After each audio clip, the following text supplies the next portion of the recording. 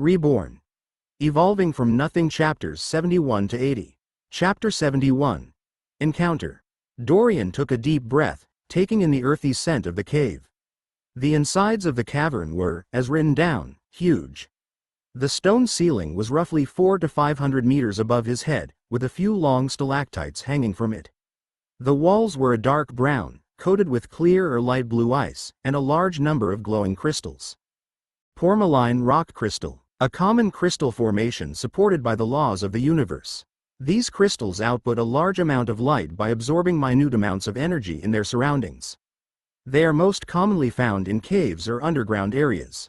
Asra had listed what they were in the vast stores of data imprinted on Dorian's soul spell matrix. Before him was a long, carved stone road, mostly worn away by the passage of time. He saw a few side passages pop up on his right and left, smaller caves of varying sizes. Some of them opening up hundreds of meters high, others just a few dozen meters. Directly in front of him, the massive passage continued, unabated. The mostly worn-away road was around 200 meters wide, while the huge cavern itself must have been at least 1,000 meters wide. Large rock formations, stalagmites, and various chunks of crystals and ice decorated the areas to the side of the large road, in random patterns. This was the Great Road to Issachar. As long as he moved straight down it, he'd reach the ruins of the city in around 30 miles. Dorian smiled. He flexed his arms in front of him, feeling a certain level of latent strength. For some reason, he felt fantastic. His control of his body and physical form seemed to have grown to new heights. Even better, as he perceived the world around him, he felt like he'd grown much more in tune to everything. His senses had grown much stronger, and his perception of time seemed to have increased to some degree. Maybe I'm really just settling into this new form, huh? He'd only been in his Ifrit form for around a week or so.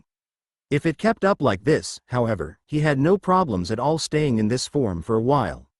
As he was smiling about this, his newfound senses warned him of a creature charging at him from behind. Though the being was moving extremely quickly, Dorian caught the quick thud of its feet on the ground behind him. Without even turning around, Dorian leapt up into the air, doing a backflip. As he sailed through, his body turned, twisting to look at the enemy rushing at him. A massive, black-scaled minotaur crashed down directly where Dorian had been standing, its muscular arms slamming into the stone floor as it forced itself to halt. It held a long, black greatsword in its right hand.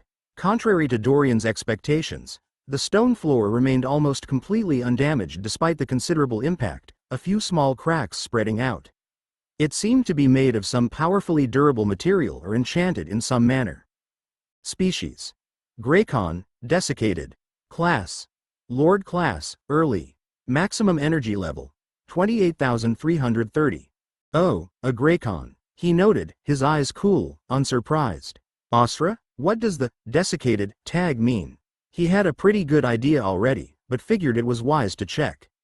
The Grycon before you is no longer considered a living creature.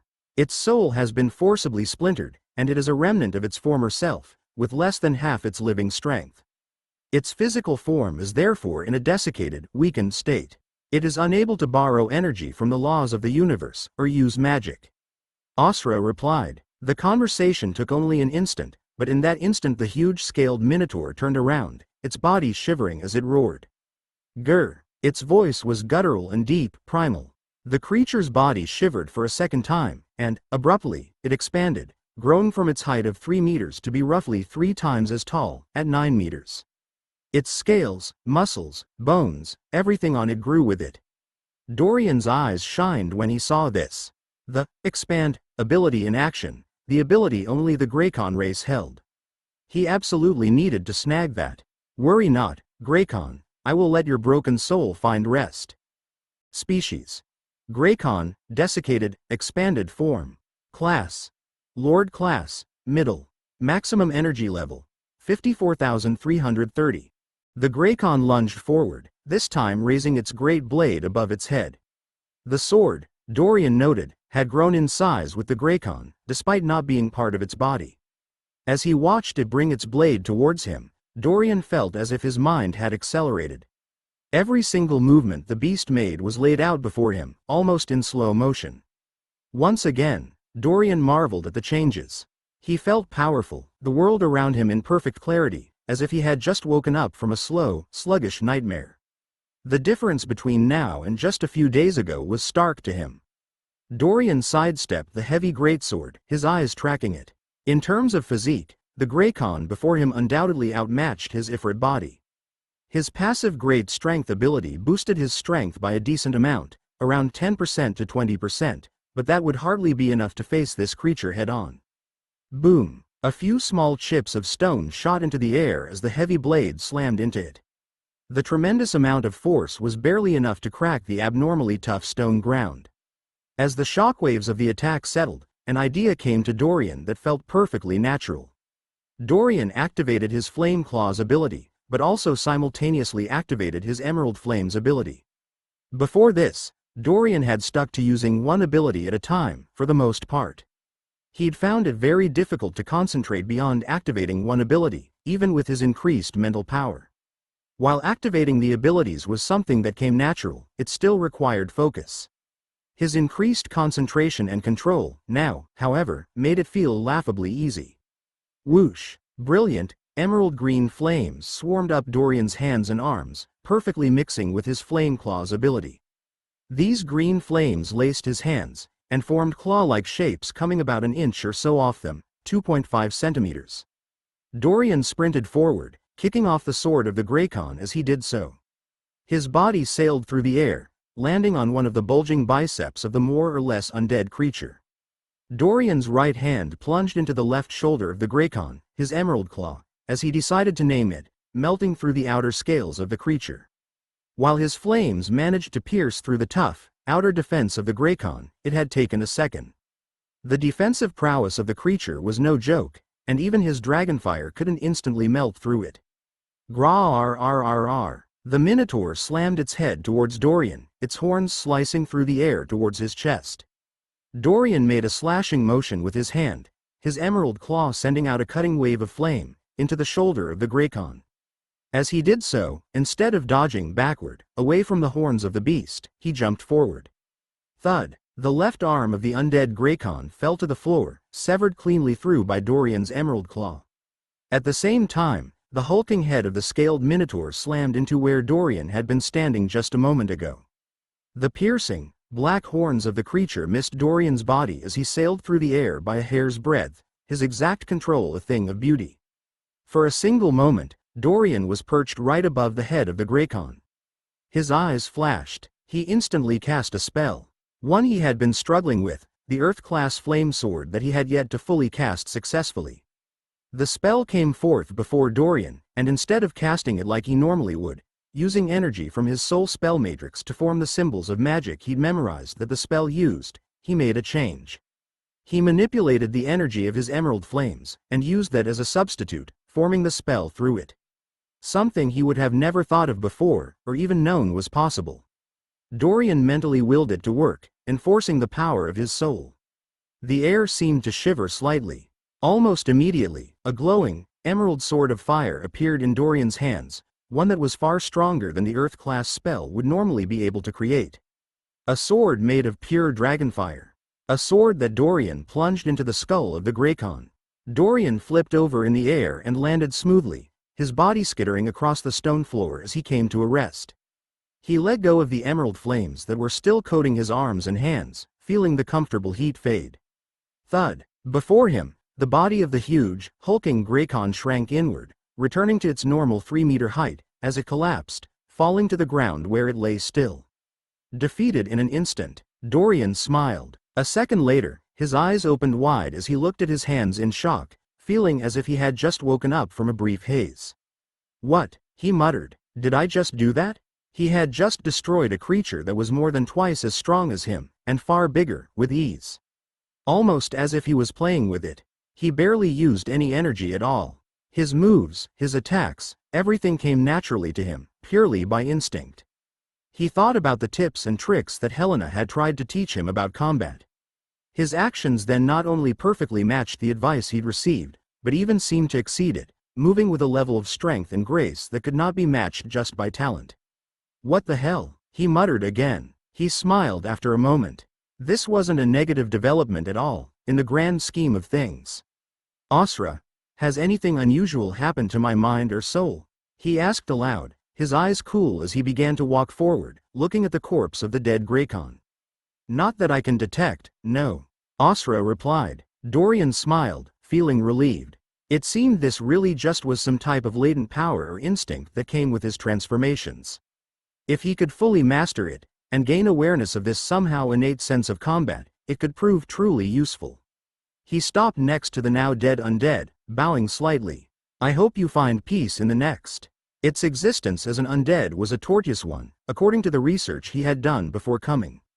He crouched down, tapping on its shoulder slightly. The creature hadn't spilled any blood. According to Asra, a beast in a desiccated state had no blood at all. Asra, is there anything I can absorb here? He queried, scanning. Yes, the remnants of the Grycon's soul spell matrix still exist. However, due to its desiccated status, you can only absorb a portion of this. This Grycon was a mid-lord class beast in its prime. She replied, her voice ringing quietly in his head.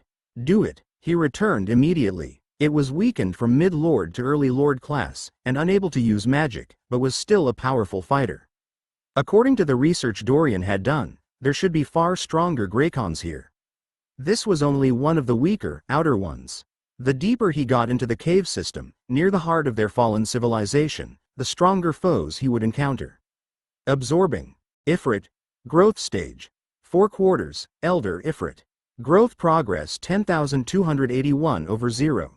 Dorian blinked as he looked at his growth stage and, more importantly, the energy added to it.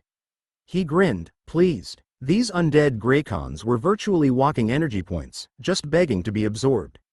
If he could take out enough of them, he could go on an evolving spree, maxing out several forms.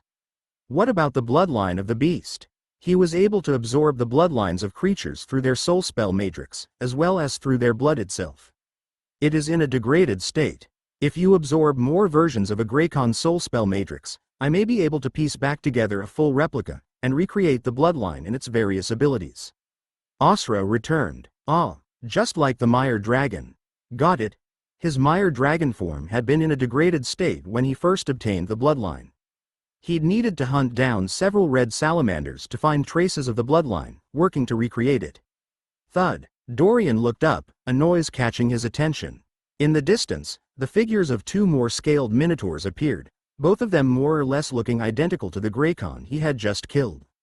They must have heard the noise his fight with the first one had caused. Species. Grycon, desiccated. Class. Lord class, early. Maximum energy level.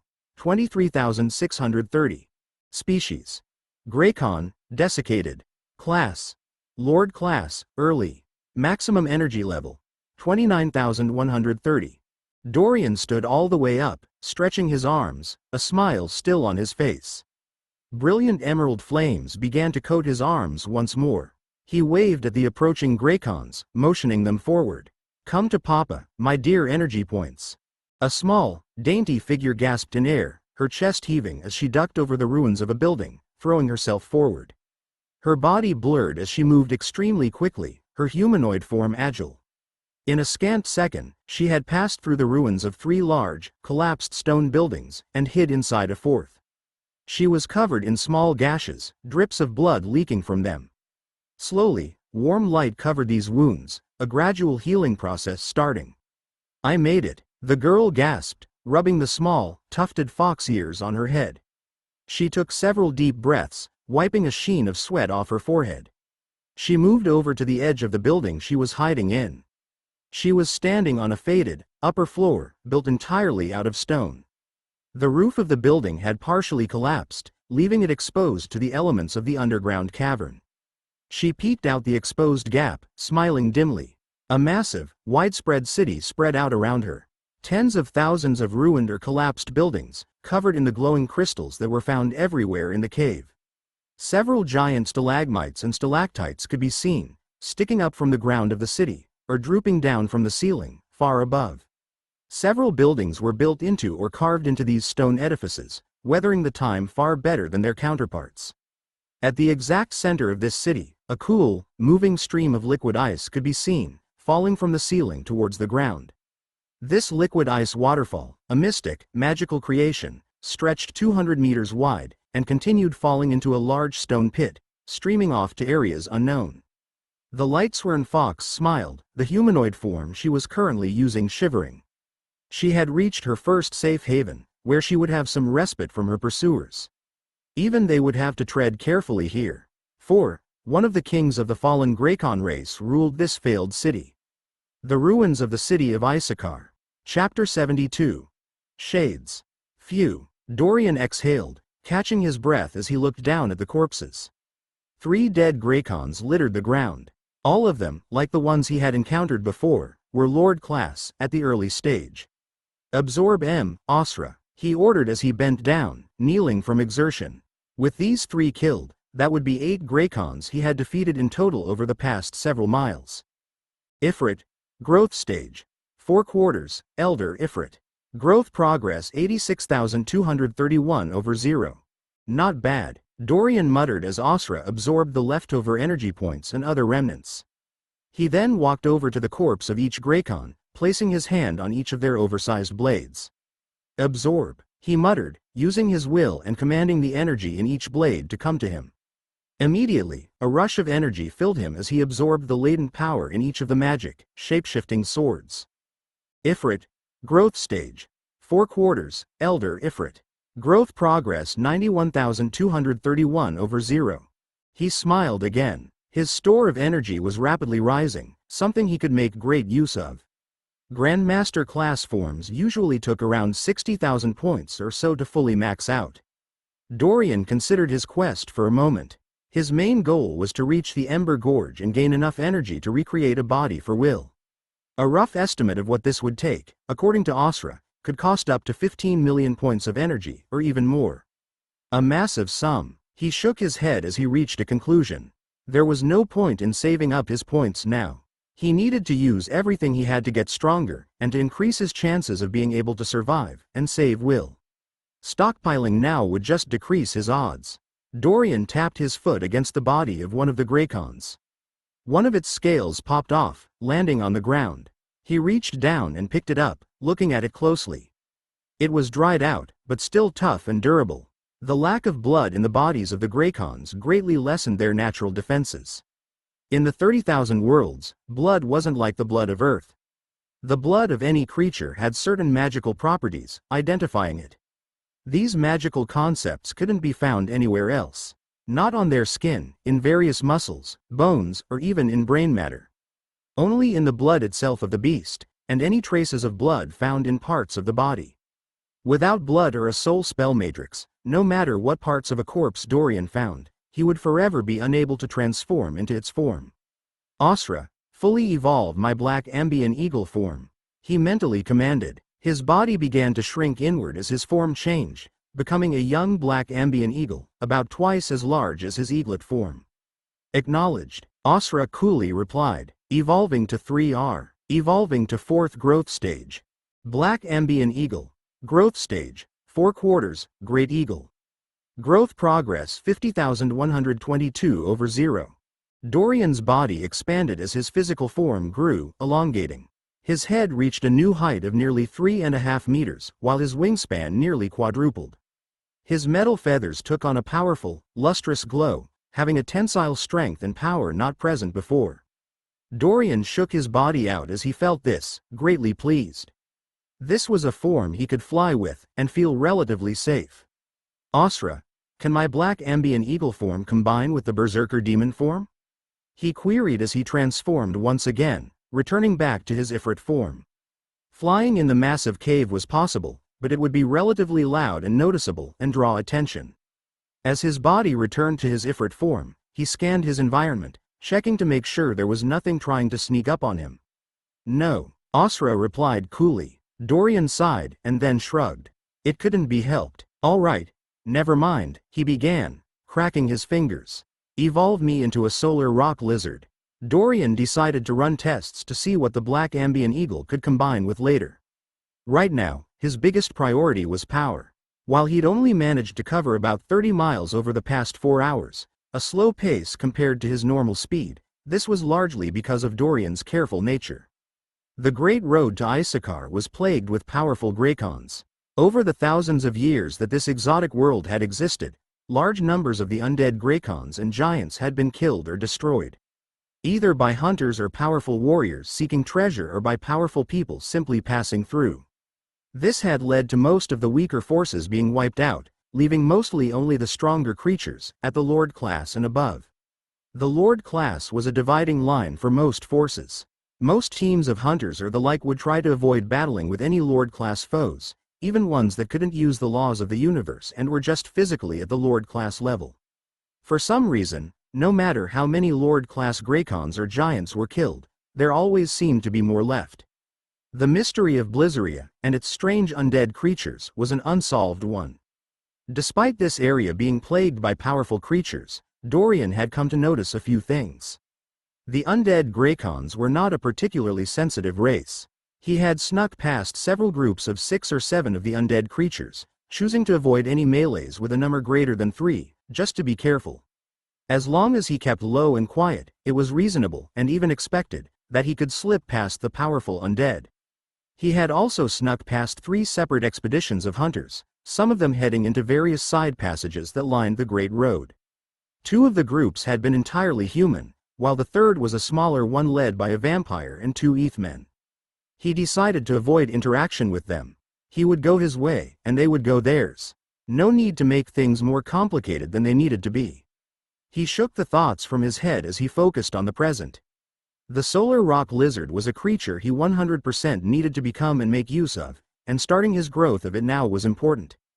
Solar rock lizard, growth stage, 1/5, baby lizard. Growth progress 50,122 2,845. He ignored the soul adaptation period warning Osra gave, focusing on the changes in his body. Dorian's body shook and shrank inward, his physique changing from a powerful Ifrit to a small, baby lizard. He was covered in small brown scales, and even as a baby, he had thick, muscular arms, relative to their tiny size. Hardened scales covered his back and arms, giving him a small layer of defense. His spatial ring shrank somewhat, but not enough to stay on his finger.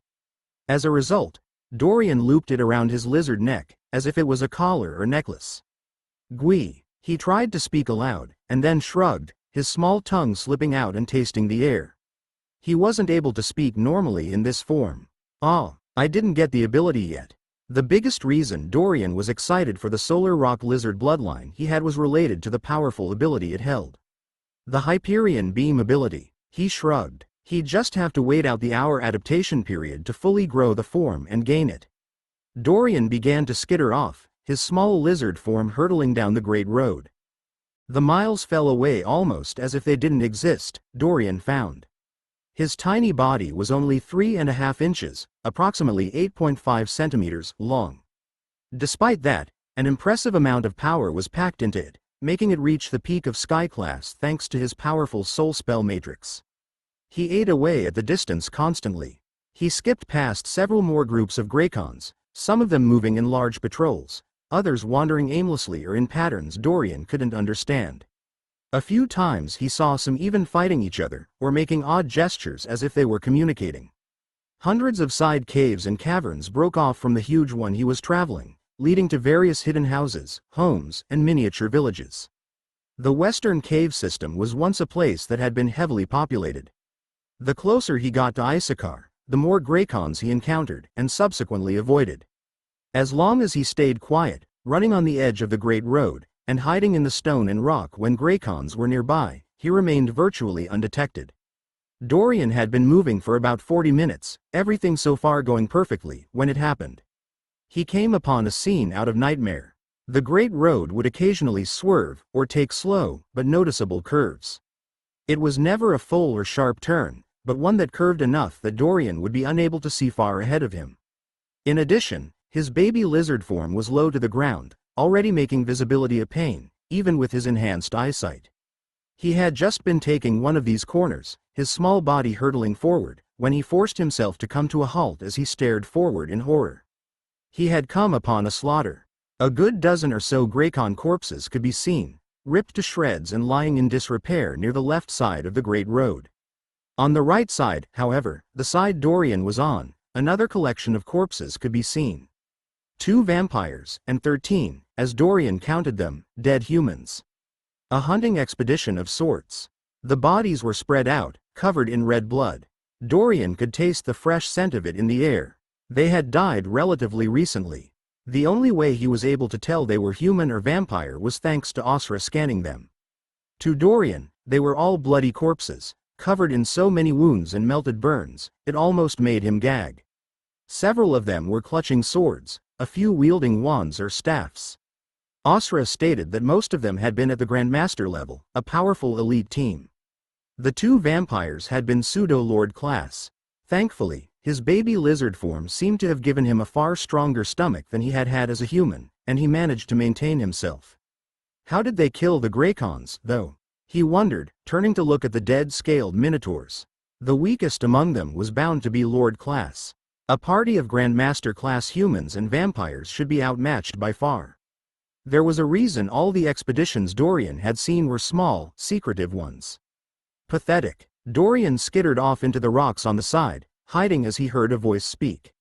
From farther down the road, a figure appeared, covered in white fur garments. Dorian couldn't make out many details about the being, other than the odd black smoke that appeared to be rising from the being's hands, and the corpse it was carrying. That and the powerful aura the being emanated, the unmistakable aura of a powerful Lord class being. Species. Shade. Class. Lord class, late. Maximum energy level. 81,331. His eyes opened wide at the reading as Osra scanned the shade. Thud. The shade threw down the corpse carelessly. It was that of a now dead woman covered in horrific burns. One of the comrades of the other dead humans and vampires. None of them lasted a single blow. How incredibly pathetic. Even the Grycons were better than them. The shade laughed, his voice full of disdain. He shook his head as he glanced over the dead bodies. Though, it was a surprise attack, so perhaps they had some excuse. 4 more figures, covered in white furs or coats, emerged from the rocky surroundings. 4 more shades. No, Dorian thought, 5 shades. One of the shades appeared to be carrying another one of their comrades. The shade didn't seem to be injured, but for some odd reason, appeared to be sleeping. Quiet, Jasper. Let's keep moving. That was the last of them. One of the other shades said, his voice gruff. This shade turned and looked at all the corpses, bowing and folding his hands together for a few moments. After that, the shades turned away from the scene of slaughter, ignoring the dead bodies as they left, traveling down the road towards Issachar. Dorian clenched his tiny lizard fists as he saw this, a small cinder of anger at injustice lighting in him. Don't be an idiot, Dorian. You can't do anything to them. He mentally muttered, keeping his eyes on the shades as they turned into specks in the distance.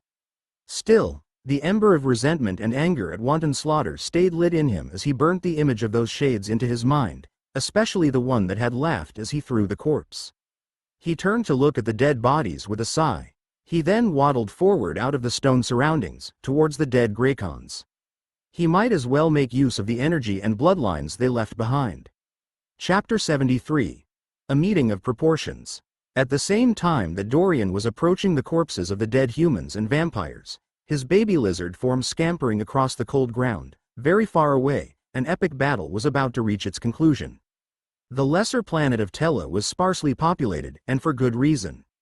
The entire world was dominated by a massive, sweeping desert, with a few large oases spread out.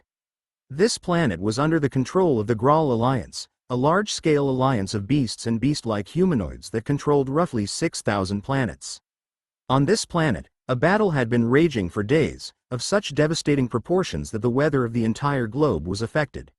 Huge, whirling thunderstorms dominated the sky, crackling with lightning and thunder. Fierce gusts of wind raised sizable sandstorms, throwing the world into chaos. On the northern side of the planet, there existed a small mountain range, with a few hundred mountains spreading out haphazardly. The Pole Mountains. This mountain range had radically transformed over the last week. Enormous, gaping craters spotted the earth, dozens of mountains completely destroyed or carved into. Huge holes could be seen drilled into some mountains, while others had their tops completely sheared off. A haze of rampant energy covered the area, interacting with the weather and creating lightning storms and dangerous tornadoes. At the center of this devastated mountain range, a gargantuan beast could be seen, lying on the ground quietly. White essence bled off this huge creature as it shivered, its head slowly rising. Its body was immense, thousands upon thousands of meters long. It was shaped like a vast, enormous snake, with a white, scaled underbelly, but golden fur covering its upper half. A pair of large, feathered white wings emerged prominently from the top portion of its long body, currently pulled in tightly. The mouth and face of this creature were a pale white and draconic in nature. A heavenly Quetzalcoatl, one that was so badly injured it was unable to move and slowly dying. The feathered serpent's eyes twitched as its head turned, focusing on a creature off in the distance. A 50-meter tall divine golden lion. The second-born, Zero. The lion's beautiful mane was matted and torn, covered in long tears and burns.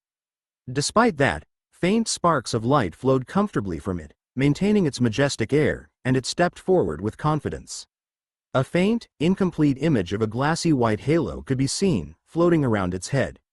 Fourthborn, your defiance was admirable and lasted for several days. But all things must come to an end. Zero's voice was calm and collected, booming out and shaking the air itself as he spoke. He began to slowly walk forward, his eyes zeroing in on the legendary creature. The higher class a bloodline, the more difficult it was to just absorb it through the blood itself. For Zero to absorb the heavenly Quetzalcoatl, he would need to absorb the beast en masse after killing it, stealing its soul spell matrix.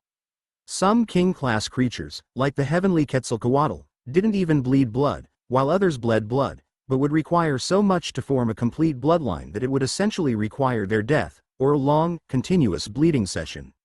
Even then, many king-class bloodlines would lose their magical properties shortly after leaving the body, becoming useless. The concentration of power and magic was simply too high for their bloodlines to remain self-contained after leaving their body. The heavenly Quetzalcoatl didn't respond, remaining silent as it glared at the divine golden lion quietly. The lion sighed. I understand your view on perfection requires silence. I also understand I will not be able to convince you to give your life up to me willingly. He shook his torn mane quietly. Nevertheless, I must still absorb you. I cannot reach the culmination of existence if I let even a single one of the bloodline's father gifted the world slip past me. He sighed again, his voice sincere. I am sorry it has to be this way. The lion bowed its head slightly, still walking forward. It stopped, just a few dozen meters away from the hulking, thousands of meters long feathered serpent. Just as Zero was about to say something further, something completely unexpected happened.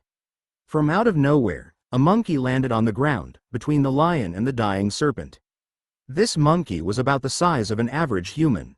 It had light brown fur, and was wearing a set of simple red pants and dark brown shoes. A large, loose necklace of red beads, each one the size of a small fist, was wrapped around its neck, and it wielded a long red staff, with 1/4 meter on each end covered in some mystic, glowing gold material. Zero stared at the monkey, coming to a halt. The monkey stared back. The heavenly Quetzalcoatl tried to stare as well, but fell unconscious instead, its internal injuries forcing it under. The monkey spoke. I'm afraid I can't let you kill this beast, young lion. Its voice was cheerful and sprightly, far belying the serious situation at hand. For if I allow that, I will die. The monkey nodded its head solemnly. Zero closed his eyes for a brief moment. When he opened them, they glowed with a powerful white light. The air around Zero began to distort, reality itself twisting as a massive amount of energy covered his body. Name thyself, monkey. Zero's voice was cutting, the sense of might and power that rolled off him an unstoppable wave of aura. The monkey smiled. A rich, blue halo formed around his head as he stood strong against the heavy aura, unmoved. He returned a sentence with 4 words. I am Sun Wukong. Just by speaking those 4 words, the rampart aura of the divine golden lion, the devastating thunderstorms and weather that was crashing about, everything abruptly froze, coming to a still.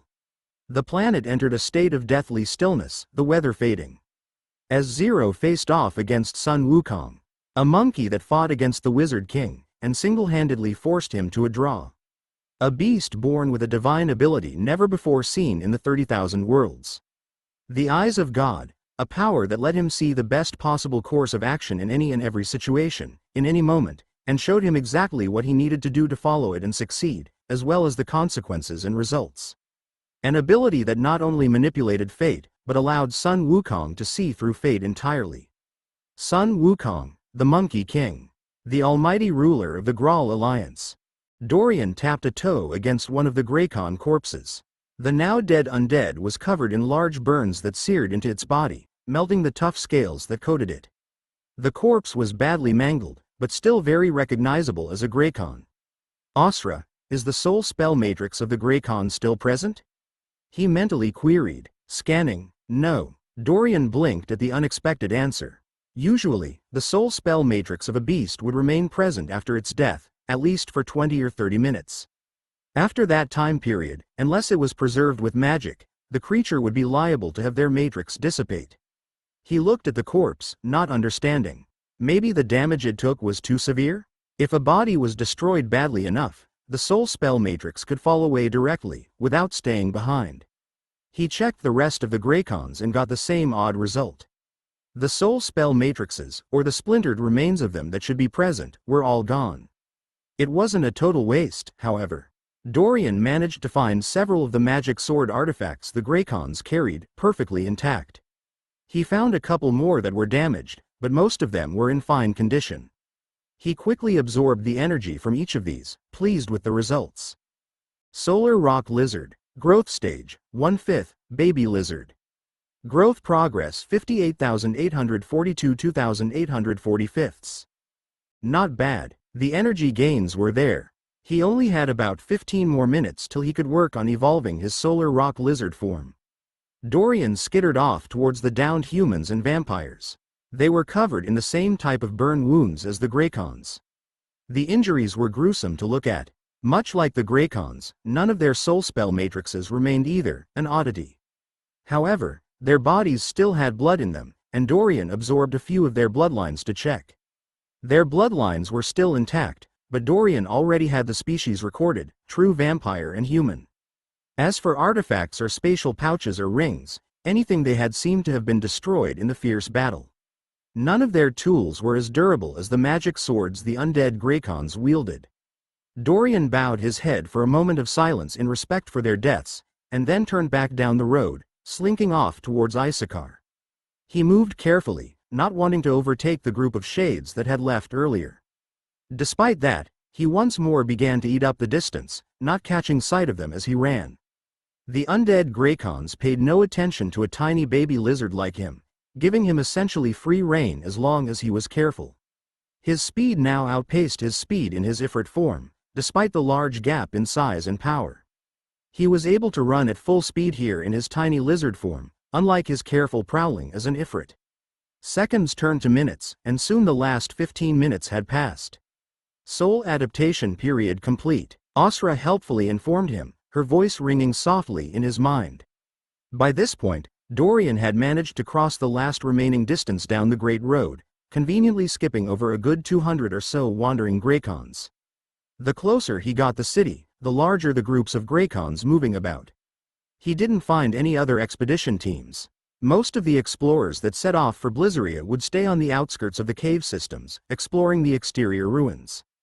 According to the map Dorian had obtained, there were plenty of villages and towns in the outer portions of the western cave system, many of them rife with natural treasure or rare resources, left behind by the fallen race, or spawned in naturally by nature.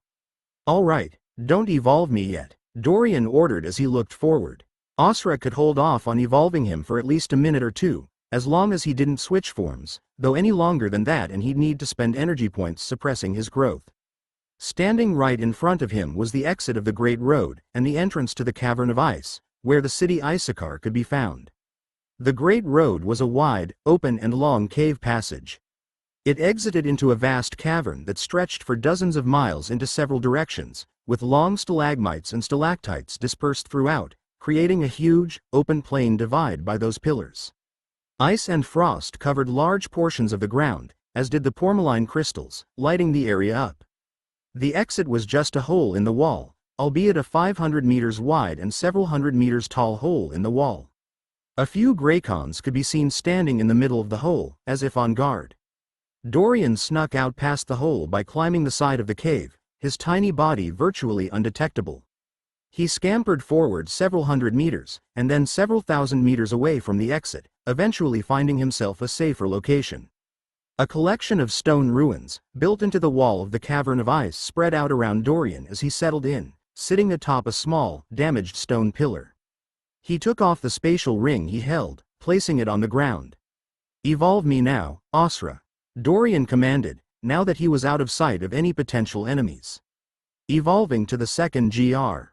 Evolving to the third grow. Evolving to the fourth growth stage. Asra ran through 3 notifications as she responded. Dorian's body immediately began to expand, his tiny lizard-like form rapidly growing in size. His scales gained a rich, green color, reminiscent of his Mire dragon form. Small spikes appeared on his spine, pointing outward with sharp edges. Muscles began to pack in on his arms and legs, making him look more like a fierce dragon than a lizard. His body growth showed the largest change. From a diminutive size barely larger than a hand to a hulking 4.5 meters, an explosion of growth resulted as he transformed. A long, whip-like tail formed, ending in a sharp spike.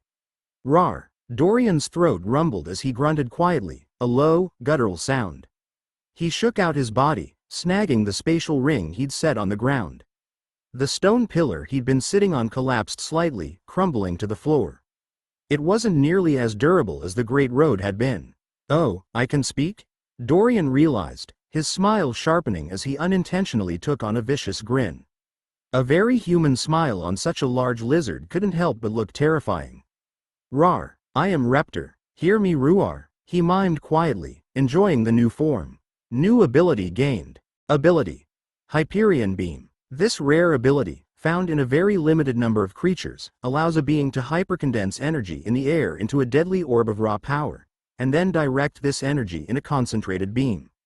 The destructive potential of this ability is dependent on the strength and power of the user, and can be increased indefinitely as long as the user continues to hypercondense energy from the air.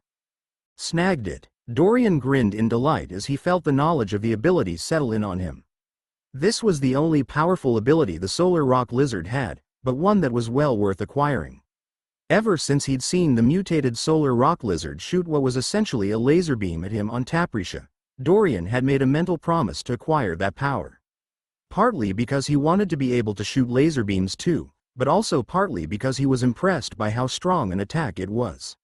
It matched up evenly with his Emerald Flames, which were a type of dragonfire.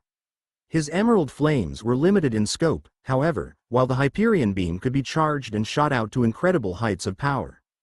Solar Rock Lizard, Growth Stage, 4/5, Grown Adult Lizard. Growth Progress 4124 272,123. Dorian frowned hard when he saw the energy needed to grow the last stage of the Solar Rock Lizard.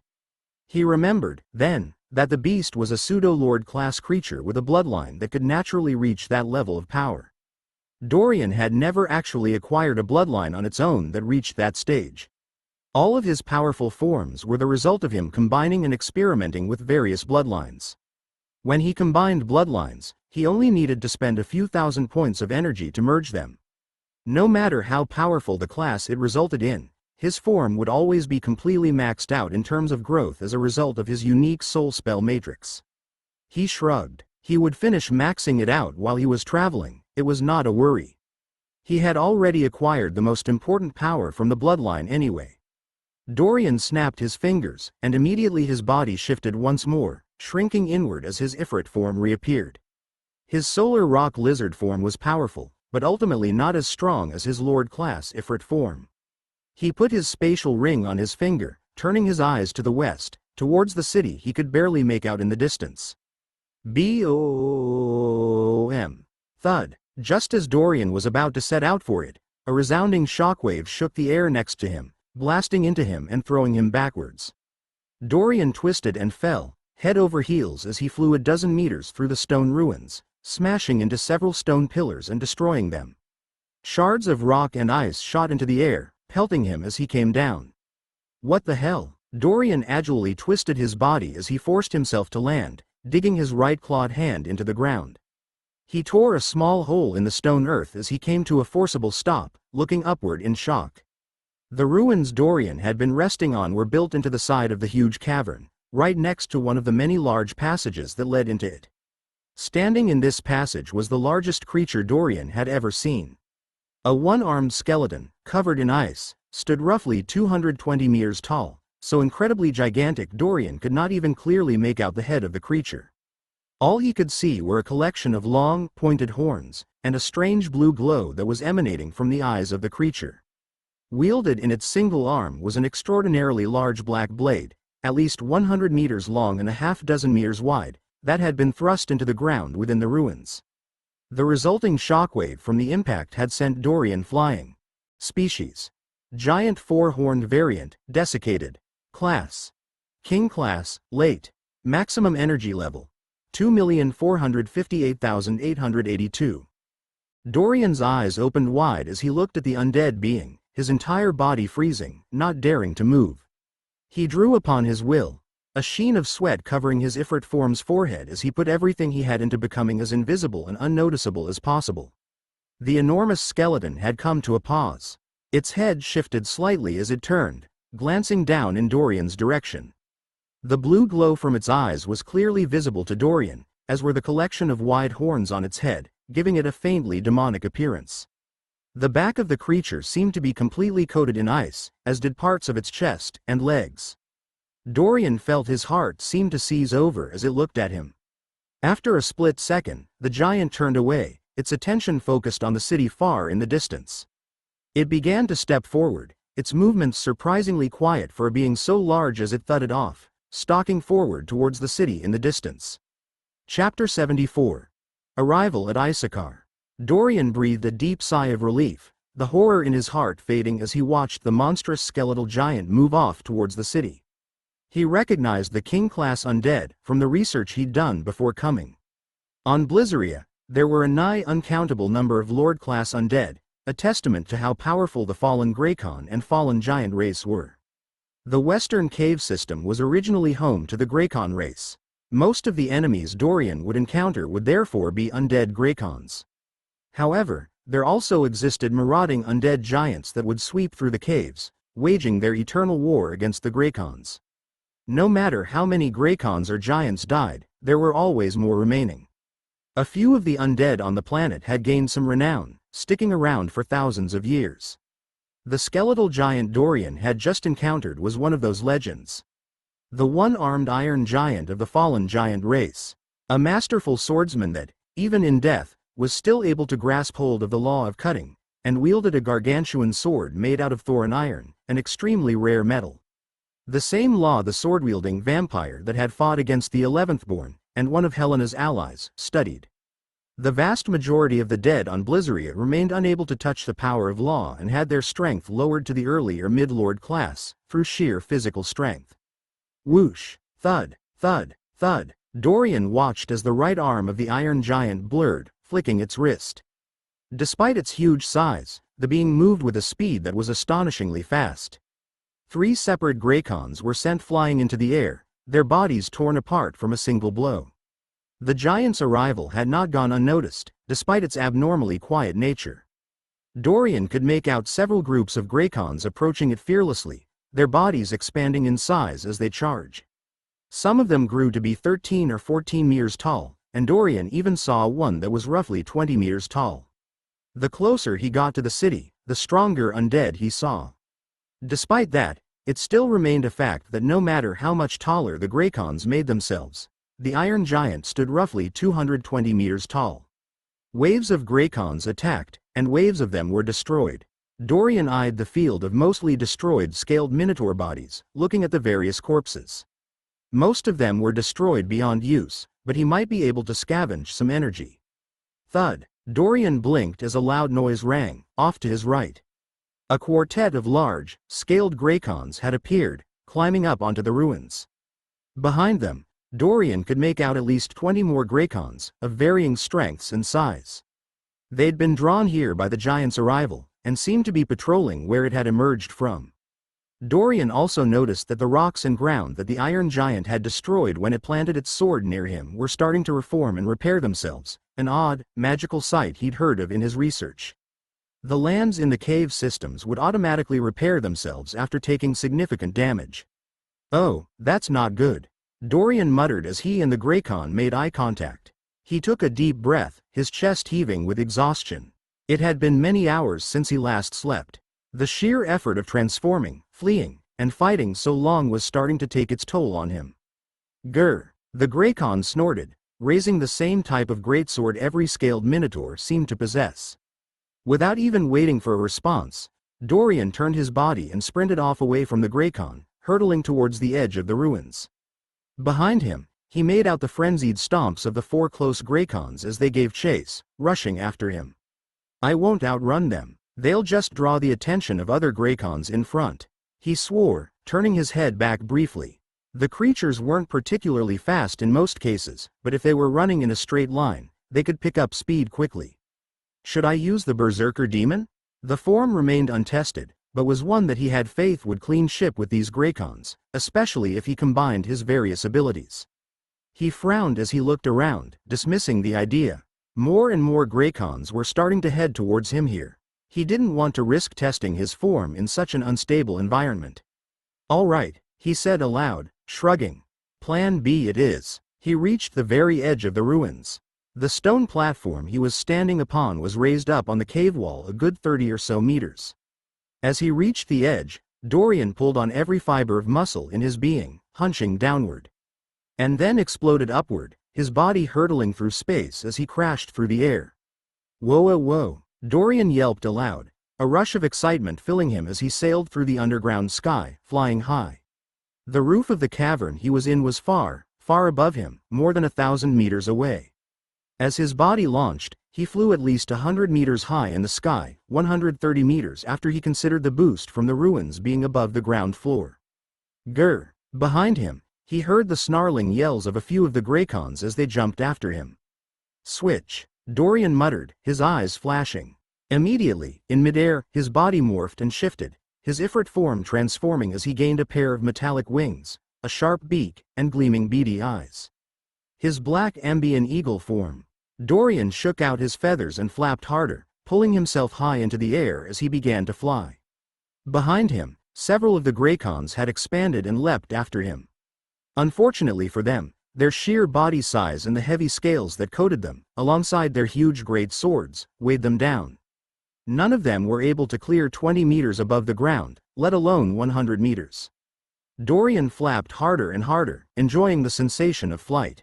He turned his beak back behind him briefly, and then waved a wing back at the falling Grycons as if to say goodbye.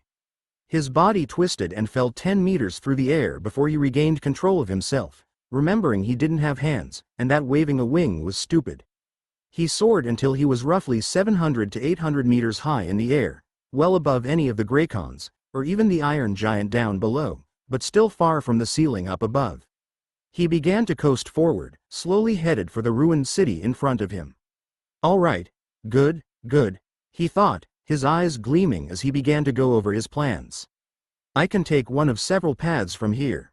He nodded his head, going over the mental map he'd made of Bazaria. He needed to reach Dragonmount City. He looked up at Issachar City, his eyes zooming over it. It had been an expansive city, with tens of thousands of stone buildings. All of them were oversized, meant for beings quite a bit taller than regular humanoids. Dorian could make out several collections of buildings built into various stalagmites and stalactites, some high in the air while others low to the ground. There didn't seem to be any ground access to the buildings built up into the hanging stalactites. Most of the buildings were a faded gray color and in ruins, often covered with ice. At the center of the city was the magical stream of liquid ice Dorian had read about. It was, to be more specific, real, physical Gwyran ice, magical ice that was frozen to a temperature far below freezing. Just getting too close to the river could freeze a creature to death, let alone getting in it. Despite the fact that Gwyran ice was a solid, and not a liquid, it flowed here like regular, unfrozen water due to odd spatial phenomena surrounding the river. Physical, solid matter flowing like a liquid. Dorian shook his eagle head as he looked at it, marveling. He still couldn't quite wrap his head around it. This river was purported to have been used in the creation of the magic great swords almost universally used by members of the Grycon race. Boom! As he was reviewing his plans, a loud explosion drew his ears. The Iron Giant had just plunged his sword into the ground, forming a large, 100-meter-wide crater, about 1,000 meters away from the ruined walls of Issachar. At least 24 Grycons were sent flying, their bodies hurtling through space. Shards of ice and stone ripped into the air, flying out. Dorian, 800 meters in the air, was safe and well out of range. The giant stood still for a moment and then held its enormous sword aloft. R-O-A-R-R-R. It let loose an incredibly loud roar, incomprehensible rage and anger infused within it. Dorian trembled in midair, struggling to maintain his focus for a brief moment. Grr! A resounding roar was returned, from deep within the city. Dorian twisted to look at the origin of the noise, his eyes alert. Thud! A huge body blurred over the dilapidated city walls, landing down several hundred meters away from the city. Dorian's eyes widened at the sight as he watched the body blur and expand, growing to a massive scale. It was a Grycon, but completely unlike the Grycons he had seen. It was far, far larger, standing at least 90 meters in height as it finished expanding, making use of its ability. It wielded the signature gargantuan greatsword that all Grycons used, holding it aloft and pointing it towards the Iron Giant. It was covered in aged, white scales, instead of the gleaming black scales he had seen on most Grycons, and wore a loose set of gray armor. Around its horned face a long, white cloth was wrapped over its eyes, covering them. The armor and clothes it wore seemed to have expanded in size alongside it. It's blind? Ah, Dorian recognized it from his research. It was one of the few Grycons or giants that was known by actual name, though the origins of the name, or how it came to be known as it, were unknown to Dorian. At least, he couldn't discover why in the cursory research he'd done. The blind Grycon was known as Aristodemus the Coward, the ruler of Issachar City. A mighty king-class Grycon. Species: Grycon, desiccated. Class: King class, late.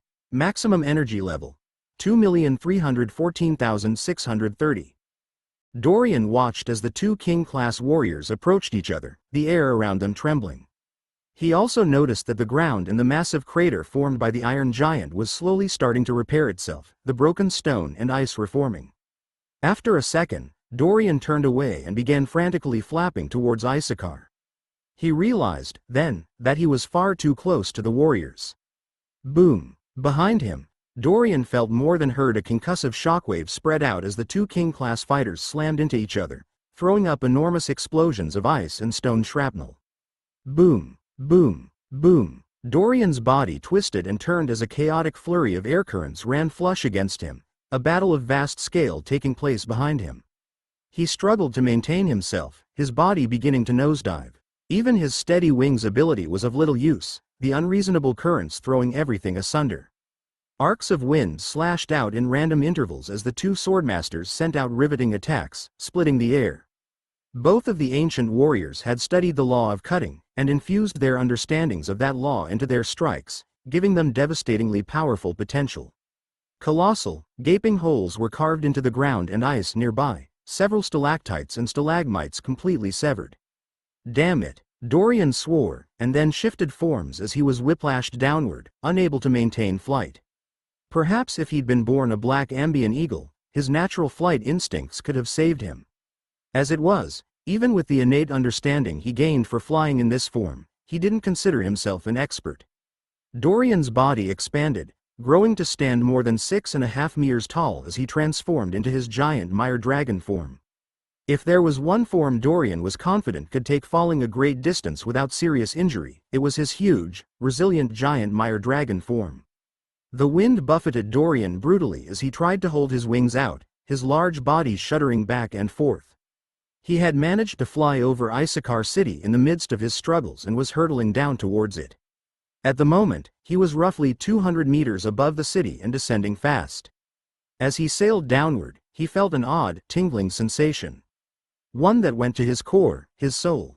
This sensation drew him forward, and slightly changed the path he was falling in, as if he was being drawn by fate somewhere, through the effects of his abnormal soul.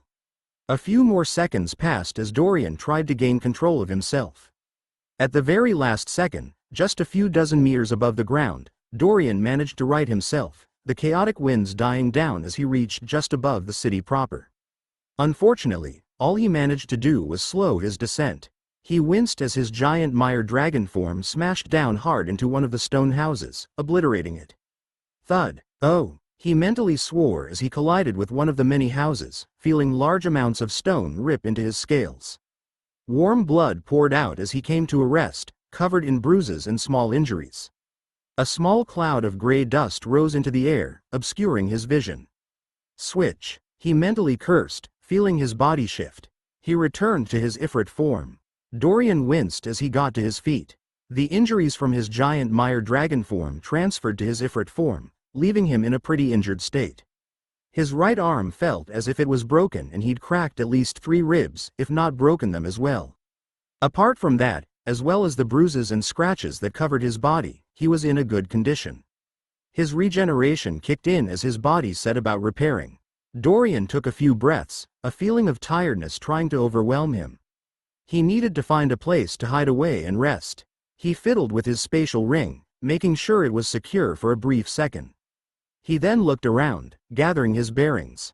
He had just caused a disturbance in the city, but he wasn't particularly worried. Boom! The sound and commotion of the 2 king-class warriors fighting was more than enough to drown out any attention he might raise. Cough, cough. He took a few steps forward, exiting the haze of stone dust as he looked over the ruins of the house he had just destroyed. As he finally cleared his vision, he froze, his heart jumping as he discovered a dust-covered figure, standing just a few meters away from him. A small, petite girl with a pair of tufted fox ears. His mouth dropped open in shock, his mind going to a nation back on Earth that was famous for having creatures that looked just like this in various stories, anime, and manga. Japan. Chapter 75. Meeting the Lightsworn Fox. Dorian stared at the girl, his eyes wide. The girl stared back, slowly backing away from him. As she moved, a white light lit up in her eyes, and a ferocious snarl appeared on her face. As she stepped away, Dorian got a better look at her. She had a small figure, just a couple inches over 5 feet tall, 1.57 meters. She was wrapped up in a form-fitting white cloak, showing off her petite figure. This cloak had several long tears in it, exposing pale, milky white skin. Despite that, she seemed unaffected by the bitter cold that was ever present in the cave system. Her face was small, almost identical to that of a human, save for the beautiful, glowing silver pupils she possessed and the 2 small, tufted fox ears that emerged from her long silver hair. Sorry. Dorian held his hands up apologetically, stumbling backwards. His body was still recovering, both from exhaustion and from his injuries. In the background, detonation after detonation shook the air, fierce winds whipping through the city as the resounding impacts of the Iron Giant fighting the Grycon King rang out. Dorian was almost drowned out, so fierce and loud were these collisions. Species: Lightsworn Fox, humanoid form. Class: Lord Class, early. Maximum energy level: 29,331. Asra sent Dorian a notification, pulling up the information on the being before him. As he saw the unique species, he sent Asra a request, and had her search through his soul spell matrix information listing, to see if the specifics of her species were listed. Successfully, as it turned out. Info on the Lightsworn Fox, alongside tens of thousands of other species, was stored in his soul spell matrix. Lightsworn Fox, Pseudo-Lord Class.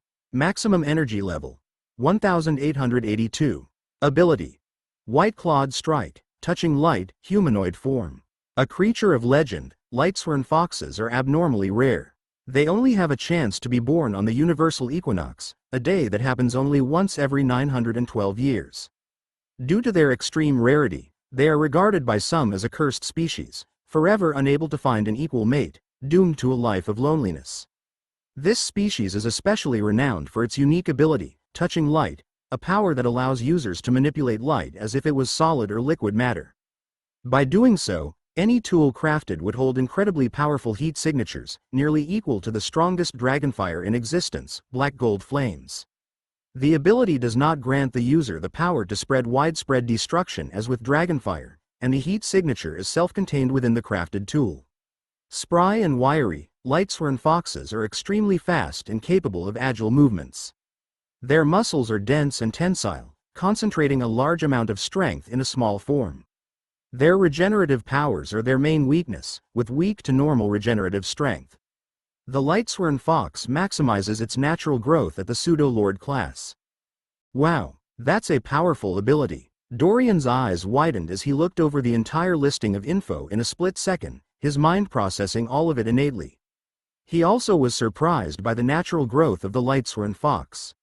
For a creature with such a mighty ability, it was rather lacking in natural strength. That meant that the Lightsworn Fox before Dorian must have clawed her way up to her present strength, through tough training and practice.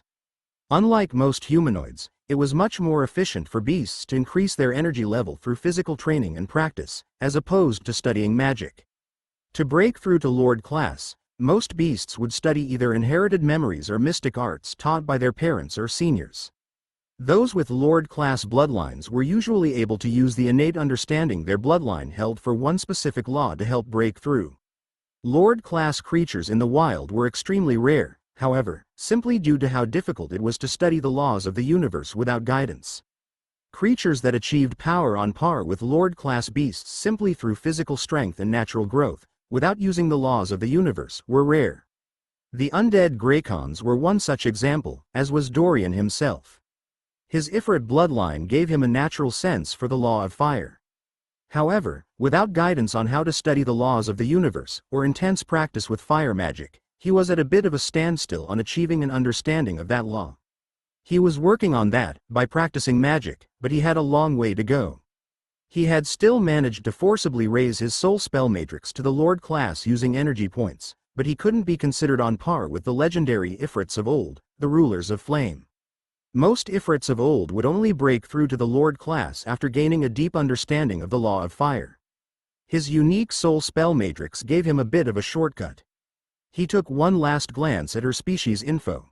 The humanoid form ability, he checked, gave her the power to transform from her normal state, that of a small, white-furred fox, coated in small particles of light, per what Osra was telling him, to the form he saw right now. It was an ability shared by many other species. The girl glared at Dorian, her hands taking on a small, white glow. "Another one hunting me as well, huh? Well, you managed to fin," she began, her voice touched with venom. Hey, easy, easy." Dorian held up his hands apologetically, cutting her off. "I didn't mean anything. Look, I'm stepping away right now. I didn't even know you were here." He cursed mentally. What were the odds that he landed on the only house with someone in it? What was she even doing here? He tried to glare at his soul, blaming it for twisting fate and causing this. He stepped backwards. At that exact moment, a rumbling boom shook the air. Dorian's sixth sense went off as he spun around, temporarily ignoring the girl behind him. Species: Grycon, desiccated. Class: Lord class, early. Maximum energy level: 39,331. Ah damn, he swore as the hulking, expanded form of one of the undead Grycons came into view. While the commotion he'd raised was negligible compared to the ongoing battle between the two king-class fighters outside the city, it didn't mean he would go completely under the radar. It seemed one of the nearby Grycons that patrolled the city had discovered him. There was only one, he noted, checking up and down the street. He breathed a sigh of relief. Grr! A rumbling growl burst from the huge Grycon's mouth as it charged at him, holding its greatsword aloft. Dorian's eyes hardened. Maybe if it had been a living creature he'd react differently, but for the undead, tortured existence this Grycon lived, killing it was a blessing. The Lightsworn Fox, meanwhile, didn't say anything as she jumped several meters backwards, landing at the edge of the destroyed building. Her eyes traced Dorian warily, watching with curiosity while at the same time preparing to make an escape. Dorian wasted no time, immediately charging forward. His movements were agile and controlled, holding the same precision and innate battle sense that he had gained a few days ago out of nowhere. Hup! He leapt up into the air. As he jumped, the Grycon swung its giant sword down, slamming it into the rocky earth. It was aimed at Dorian, but missed by a bare inch thanks to his jump. This Grycon's movements were faster than all the ones that Dorian had faced previously. Despite that, its attacking method was still a crude slash, one that was both predictable and dodgeable. Boom! Thud! The sword crashed into the rubble Dorian had formed by wrecking the stone house, splitting it anew and throwing up a second cloud of dust. A small explosion of rock and stone shot shrapnel off into the air. One of the pieces of rock shot at just the perfect angle and stabbed into Dorian's waist in midair, tearing open a small, bloody gash in his side. He winced as he felt it, blood splattering out of his ifrit form. Even if his movements were perfect, he couldn't account for everything. He finished his jump and managed to flip all the way above the Grycon, landing just above its head. The undead Grycons, he had noticed, went all out with their attacks. As long as you dodged their first attack, they left themselves open for a split second. Emerald flames. Dorian didn't bother forming a sword of fire this time, instead directly spitting a ball of green dragonfire right onto the skull of the undead Grycon. None of the Grycons had the innate barriers powerful wizards held, or were able to use magic. This made them extremely vulnerable to the destructive properties of dragonfire, even dragonfire that was a bit low on the totem pole like Dorian's. Grr. Thud. A last growl escaped the body of the Grycon as it fell to the ground, killed instantly. Dorian landed on the ground a few steps from it. He immediately walked up to it, absorbing the energy in it, its splintered soul spell matrix, and the energy in its sword in one fell swoop. As the energy rushed into him, he felt the exhaustion that had been swooping him get pushed back.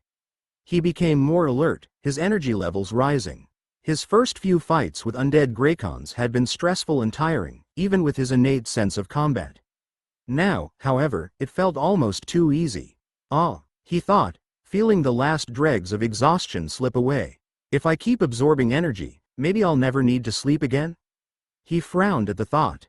He liked sleeping. Well, anyway, if all my Lord-class opponents were dumb like this, life would truly be easy. He thought, smiling. He pulled a small light pill out of his spatial ring, swallowing it whole.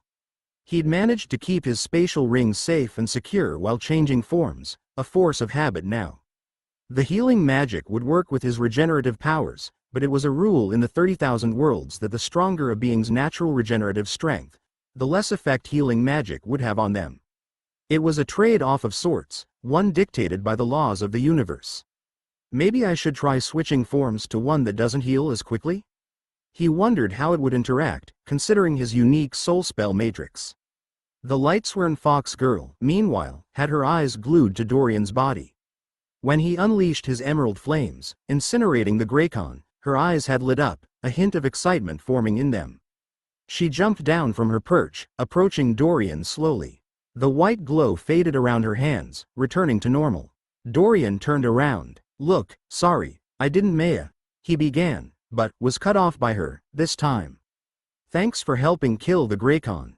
I wouldn't have been able to, not without drawing a lot more attention. Her voice was clear and almost song-like, holding a strange melody to it. Oh yeah, sure, no problem. Sorry I landed on you and broke your house. Dorian returned, a bit surprised. It's fine, it's not really my house, anyway. Sorry for almost attacking you too. She shrugged. I thought you were one of the shades hunting me, in a different form or something. At least, until I recognized your dragon form and dragonfire. She shivered as she spoke, her voice filled with a hint of fear. She scanned the environment carefully, almost as if she was checking or waiting on something. She kept glancing at him warily, her guard clearly not lowered. Dragon form? He thought, confused. Asra informed him, a moment later, that it was a power some species held, the ability to transform into a draconic form. Not all draconic beings were true dragons, many just had the ability to take on a dragon form for brief periods.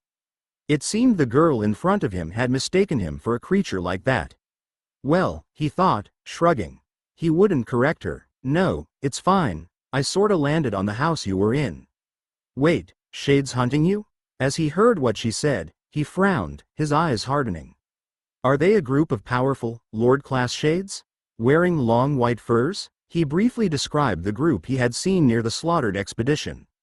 The girl nodded, returning her gaze back to him. I spotted them earlier, he muttered, his mood dark. They had just finished slaughtering one of the merchant expeditions that went out exploring for treasure. I found them with the already dead corpses, before I could even have a chance to do anything. It was horrible, he sighed. Even if he had been there and seen them attacking, he doubted he could have done anything. The shades he saw might not be as strong as Helena, but they were still stronger than he was currently. The Lightsworn Fox blinked, her eyes emotionless for a brief second. She then shuddered. That's them. They're monsters, the lot of them. They've been hunting me, and chased me all the way here. She shuddered again. And I'm not the only one. Apparently they want me for my bloodline, from what I managed to gather while I was fleeing. Dorian frowned when he heard this, his mind immediately going to other members of the flock. Were the shades working with one of his brothers? It might just be something used in a blood magic spell or some type of ritual. He thought, rubbing his chin. He couldn't assume anything. Still, it made perfect sense. The bloodline of the Lightsworn Fox was an incredibly rare one, according to Asra, and the ability it had, namely touching light, seemed very useful. Even Dorian was tempted by it. Asra, how much of her blood would I need to obtain the touching light ability? He was still working on piecing together a Grycon bloodline for their expand ability, but that didn't mean he couldn't work on securing another bloodline. Lightsworn foxes are magical creatures, and their bloodline is blessed by the laws of the universe, containing an incredibly powerful ability. To absorb its bloodline, you will need to absorb its soul spell matrix. Absorbing its blood alone will carry over an inefficient exchange of information and will fail, unless you bleed it for an extended period of time, at least 3 weeks. Asra's response was rather disappointing. He couldn't just kill the girl. Well, he could, but there was no way he would stoop that low. He wasn't a monster. Well, technically I am a monster, right? He looked down at his demonic Ifrit claws. He then rolled his eyes at himself. He then looked up, realizing that the fox girl had been watching him the entire time, her head tilted slightly to the side in confusion. Ah, right, I'm Dorian. He stuck out his hand. She stared at his hand for a moment before stepping forward gingerly and taking it. I'm Ariel, Ariel Vich. They shook hands. Just as Dorian was about to continue, about 100 meters above him, a small orb of darkness appeared, rapidly expanding to about 30 meters wide. Tentacles of darkness shot from the orb, spreading outward. The shades. Damn, they must have picked us out somehow, even through the commotion from the battling kings. Ariel swore, her white hands taking on a white glow. Quick, follow me, they'll kill you too. She spun around, sprinting towards the center of the city. Dorian took one last glance up at the huge orb of darkness, and then sprinted after her, preparing his berserker demon form. Chapter 76. Memories. On another world far away, as Dorian was fleeing from the incoming shades, readying himself to fight, a very different scene was taking place. Marcus Aurelius closed his eyes and took a deep breath, his heart twisting in pain. He exhaled slowly, maintaining his imposing composure. A fierce undercurrent of anger throbbed within him as he waved his hand, sending out a small wave of energy. A moment later, a shadowy figure emerged in front of him. One of Julius, his beautiful spymaster's servants, a pseudo-lord-class vampire specializing in blood magic, with a focus on communication. He sighed. He missed Julia. Everything was so much easier when she was around. Are their injuries healable, Damien? What's the report? His voice spread out in the small, enclosed space. He was standing in an elegant, if worn, red tent. A large table was set in the center, with a fine and detailed map of the 30,000 worlds, all bunched together. A few chairs dotted the sides of the room, and a large, glowing crystal lit everything up, the night sky outside giving little light. A crude rendition of his famous map room, built for use out in the field. It was better than nothing. No, High Lord, Damien replied, his head bowed. He was a middle-aged vampire, wrapped up completely in dark robes. No part of his features was visible. Probus has lost his main arm completely, and no magic or healing tools have the capability of bringing it back. It seems to be some variation of curse magic, one our healers have suggested is related to an inborn ability the attacking anomaly held. His voice was cold and mechanical. The best spies had few attachments. Marcus closed his eyes briefly. A small seed of guilt formed within him. He pushed on, ignoring his feelings. And Trajan? His injuries were initially more severe, but we believe it was only because of the fallout from the original, targeted strike. The agent began, continuing. He will never see again. He has, however, regained full use of his voice and mobility. The seed of guilt bloomed, tearing at his heart. His hand shook for the briefest instant before he brutally forced his feelings down. He could not afford to allow himself to feel right now. And the remnants of the attack that were initially detected? He queried. We were briefly able to detect traces of the energy, but they seem to have gone dormant. We are working on a way to remove said traces as soon as possible. The spy replied. Marcus was quiet for a short moment. No other troops were maimed like this? He said, after a moment, checking to confirm initial reports. No, High Lord. Very well, you are dismissed. Marcus waved his hand out. Damian nodded and vanished, stepping out of the tent. Marcus looked down at the map in front of him, snapping his fingers. A small, metal cup of wine instantly appeared, one that he held in his hand casually. The defense had gone so well. They'd successfully fended off multiple attacks, with no real losses. Until now, when two of his finest reavers, with great potential, were crippled beyond repair. He studied the map closely, his eyes going from planet to planet, world to world. Crink.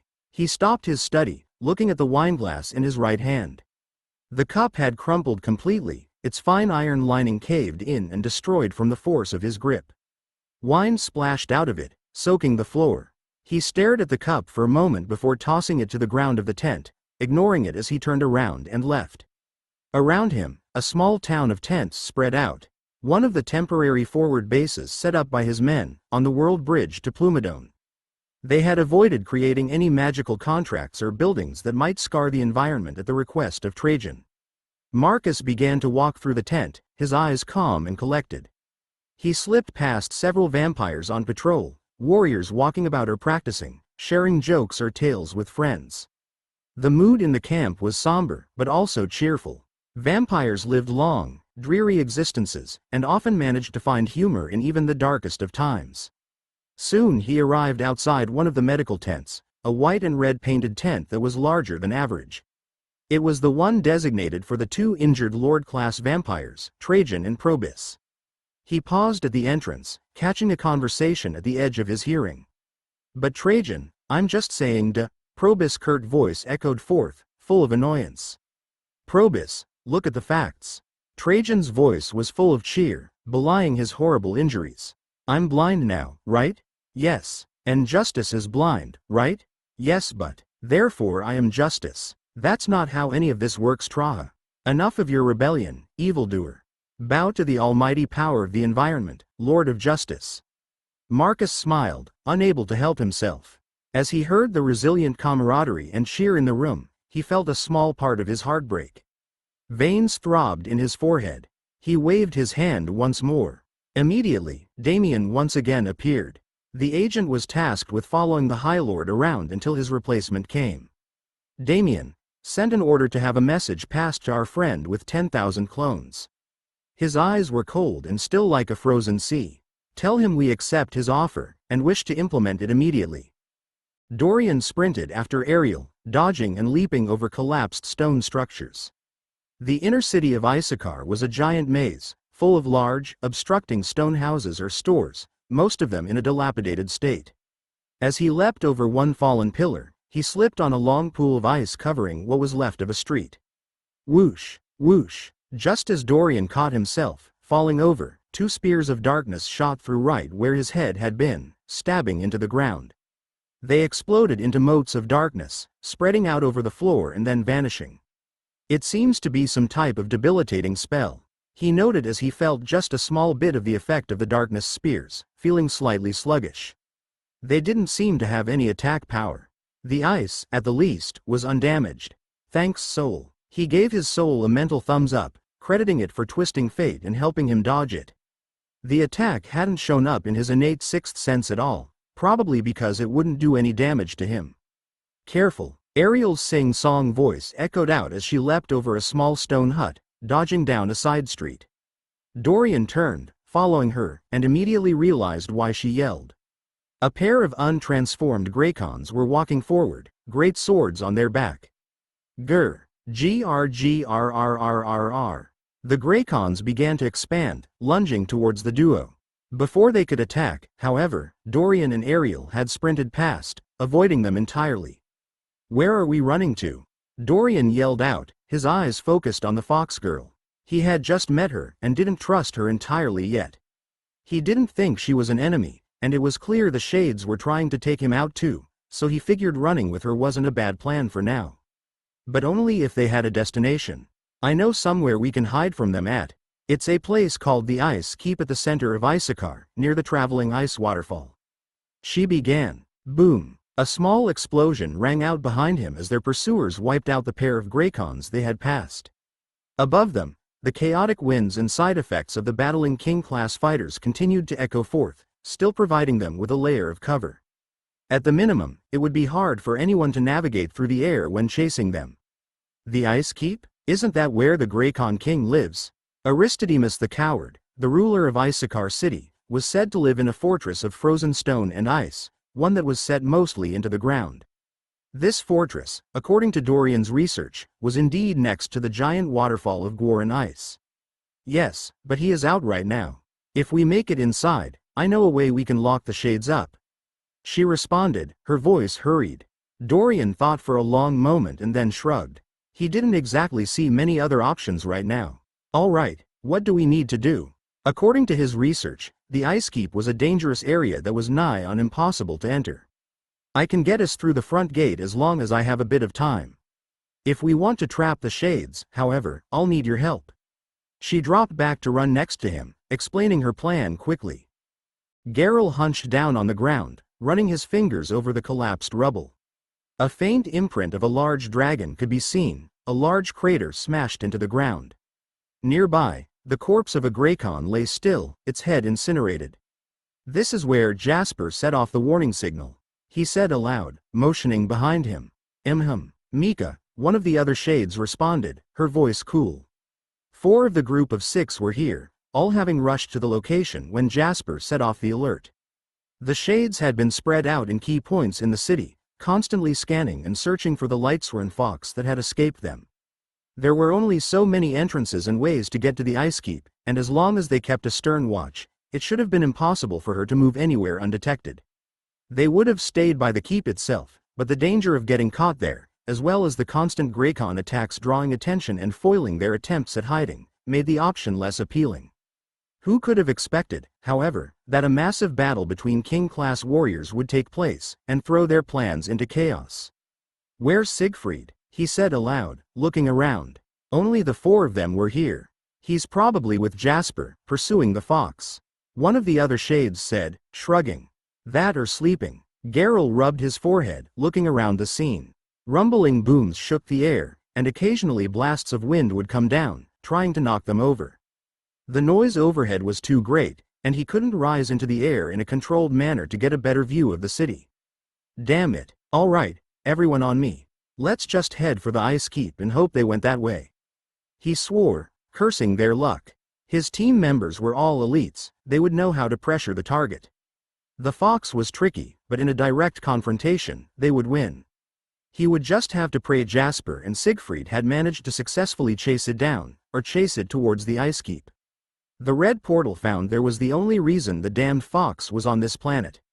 The troop set off, rushing towards the center of Issachar city. We made it. Ariel's voice trembled out as she and Dorian arrived near the center of the city. They had entered a large, open courtyard-like area that stretched for several hundred meters. No other buildings or homes could be seen in this area. Only the enormous flowing waterfall of ice, and, set in the ground behind this waterfall, the entrance to what looked like an underground dungeon. A large, stone opening at least 3 dozen meters wide and a dozen meters tall, with cut steps leading downward, to a large gate.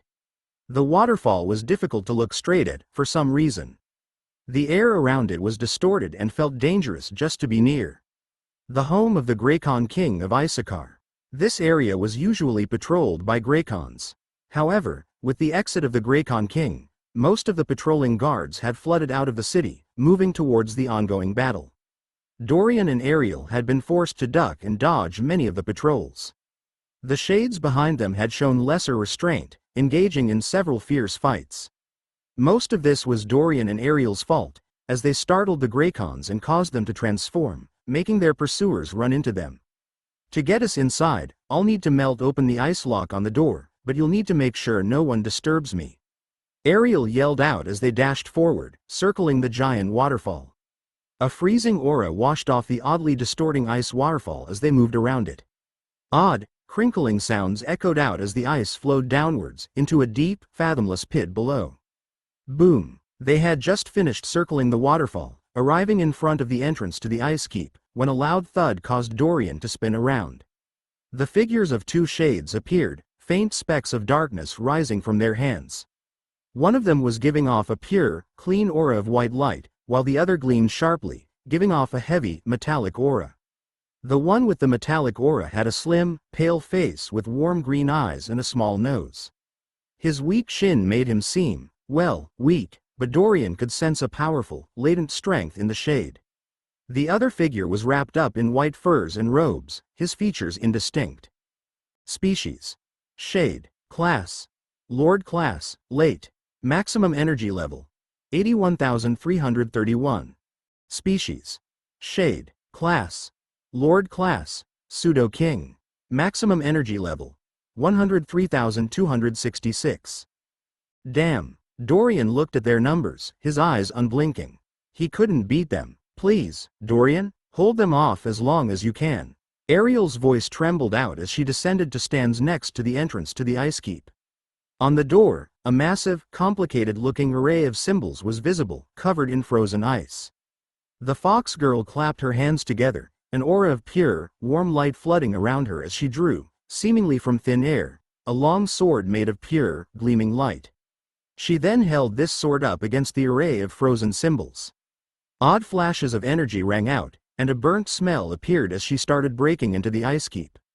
HMPH, you murdering scum, we meet again. The late Lord Class Shade spoke aloud, staring beyond Dorian towards Ariel. It was at this point that Dorian recognized him, and one of the figures that Osra gave him. It was the same shade that had callously thrown the freshly dead corpse of that human woman down, back when Dorian found the slaughtered expedition. Language Jasper. That is what Geralt would say, anyway.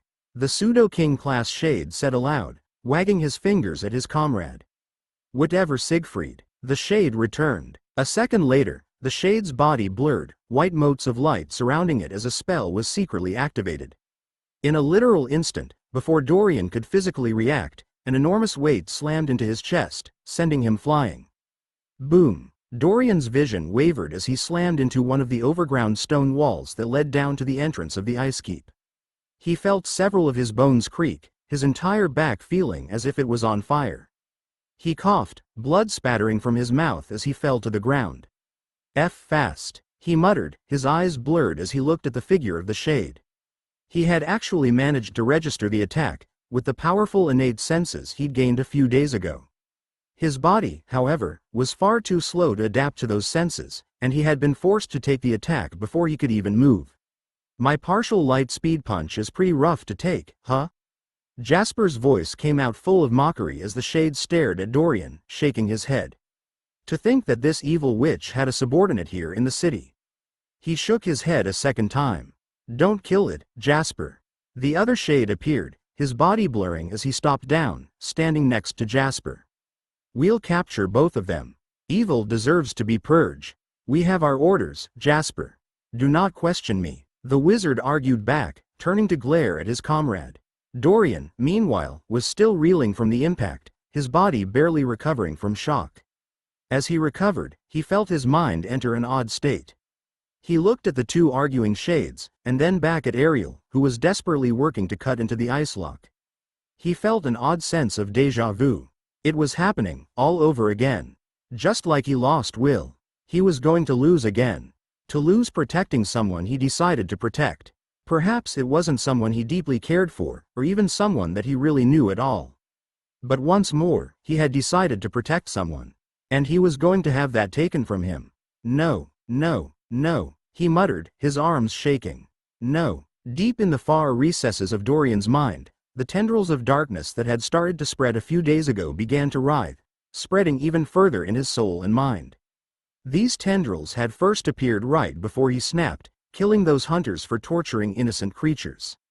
A punishment, when Dorian looked back, that felt far too permanent for their crime, but one he was unable to change. And now, as Dorian looked at the two shades, those dark tendrils began to curl, spreading to every single corner of his mind. As they moved, Dorian felt his innate sense of battle and control grow stronger and stronger. "No, I will not allow it," Dorian yelled out loud, his voice booming and echoing, causing the two shades to turn and look at him in astonishment. Dorian's eyes flashed as he took full control of his body, willing himself to transform. Instantly, his body expanded in size, his arms growing stronger and denser, splitting into 2 sets of arms, and then 4 sets. The black skin of his Ifrit form grew darker and denser. His eyes took on a deep, reddish glow, and he emanated a sense of raw fury. Berserker Demon Evolution successful. Asra's notification sounded off in a corner of his mind, one he ignored as he looked at the 2 shades in front of him, an incredible feeling of anger sweeping through him.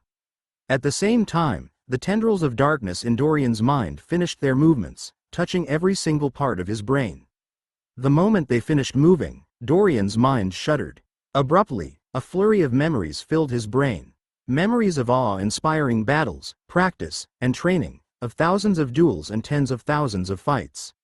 Wars raging on unending, a hellish landscape of fire, a deluge of memories swarmed into Dorian's brain. Memories belonging to a warrior and wizard, renowned as a genius above all geniuses. An ungodly prodigy obsessed with the concept of achieving perfection. A man named Ukelli Shorn. Dorian's eyes flashed as he launched himself forward, attacking the shades. Chapter 77. Clashing with the shades. Powerful rage ran flush in Dorian's mind, fiery uncontrollable anger. His body finished its expansive growth, his fully grown berserker form trembling.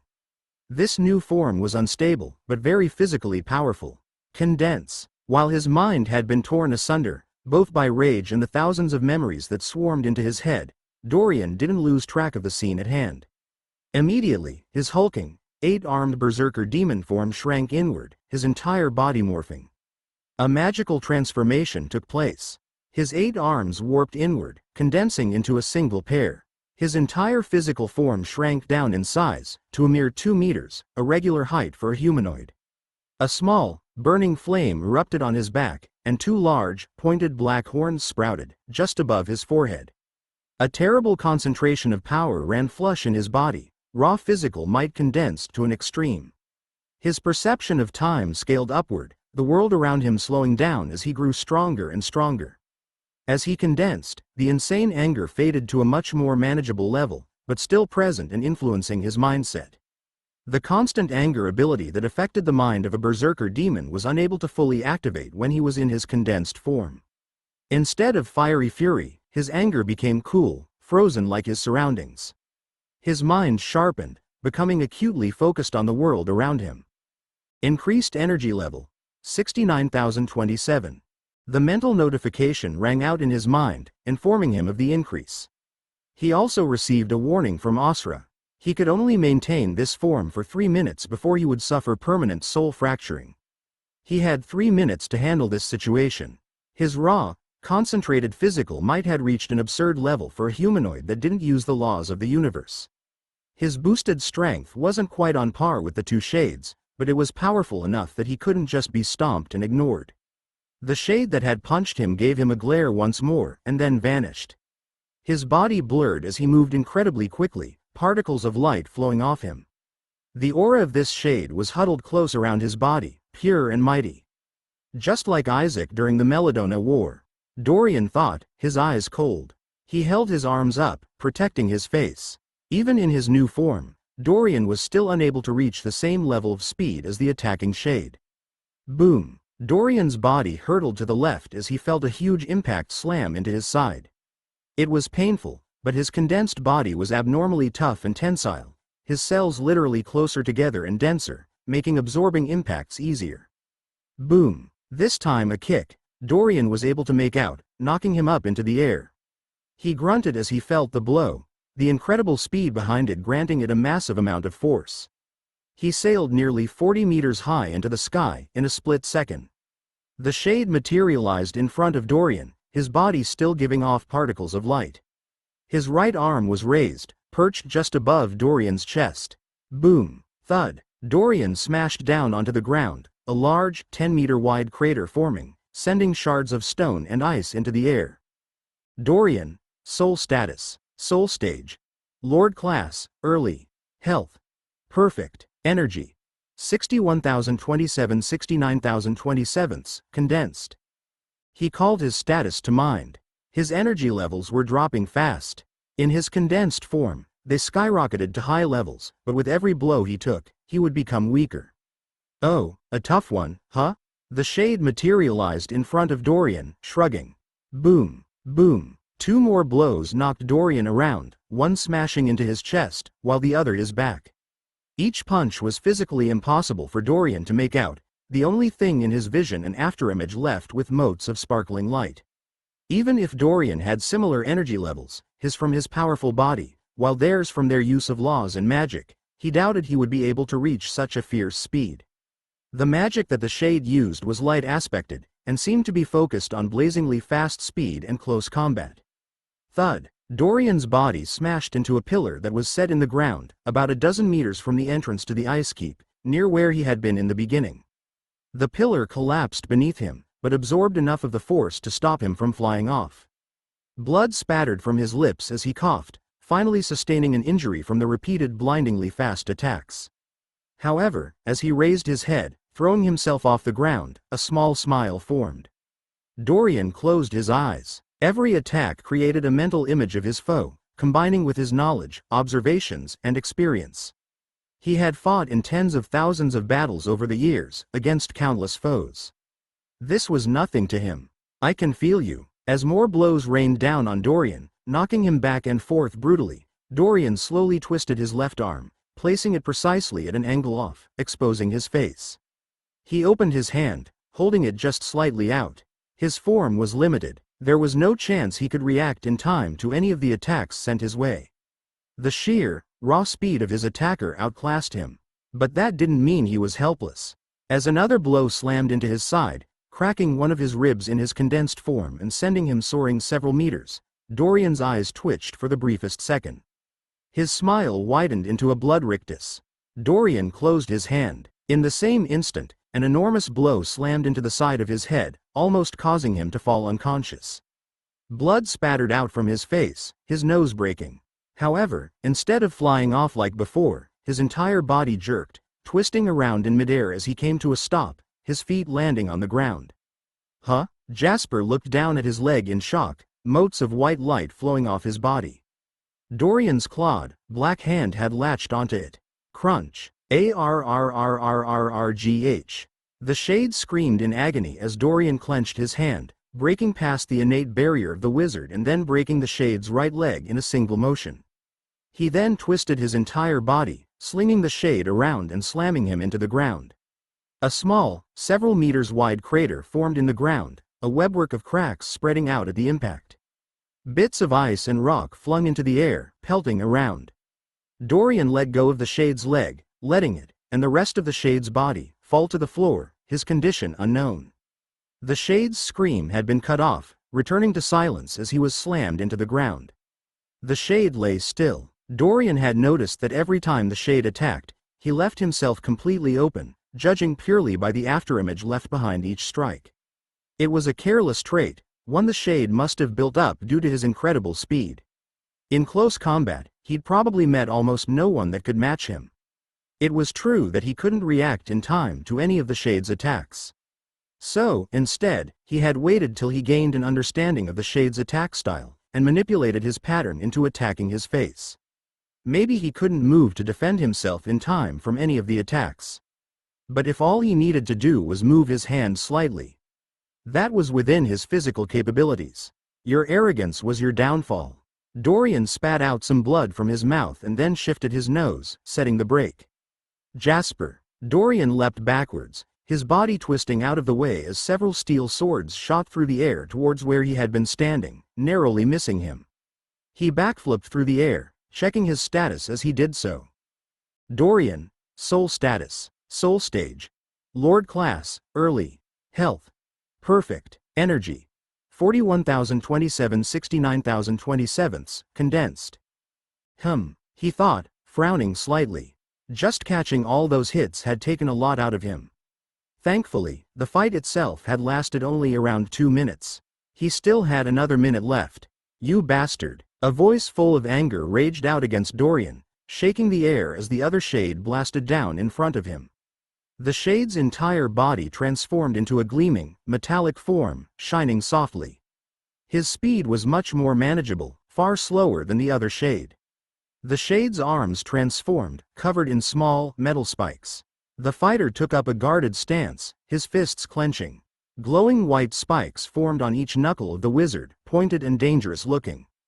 Despite the apparent carelessness of the first shade, the light wizard had moved adeptly, and attacked in a trained pattern. They were both clearly seasoned and talented warriors. These shades seemed to have a particular focus on close combat magic, however, Dorian noted, and not on long-range attacks. That was unfortunate for them. A steel wizard, huh?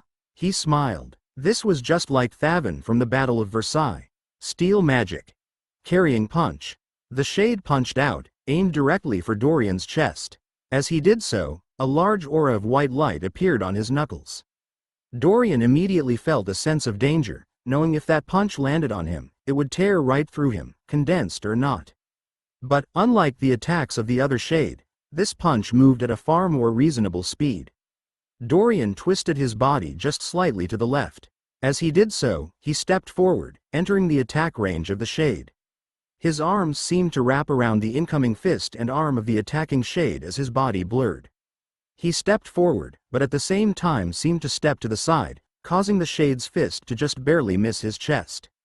Dorian's arms twirled. The attacking shade yelled out loud in pain as he was sent flying, smashing down hard a dozen meters away from Dorian.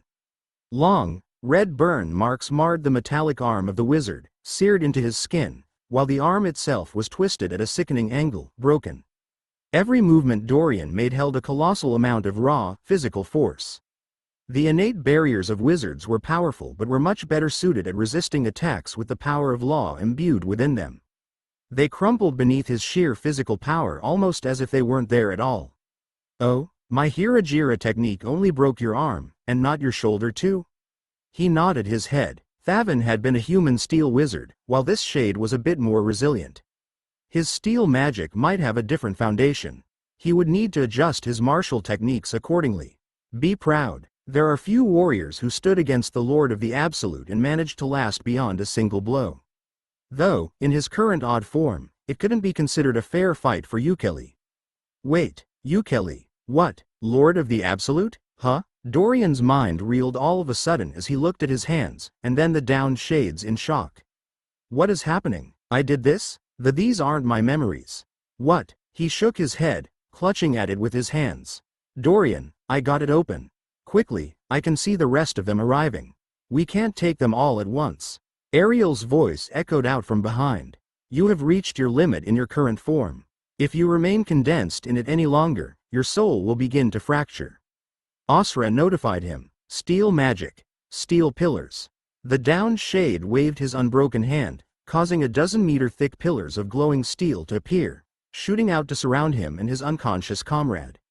At the same time, at the corner of Dorian's vision, he could make out several blurred forms rushing onto the plateau. Dorian stumbled backwards on autopilot, switching his body back to his Ifrit form as his mind shuddered in shock.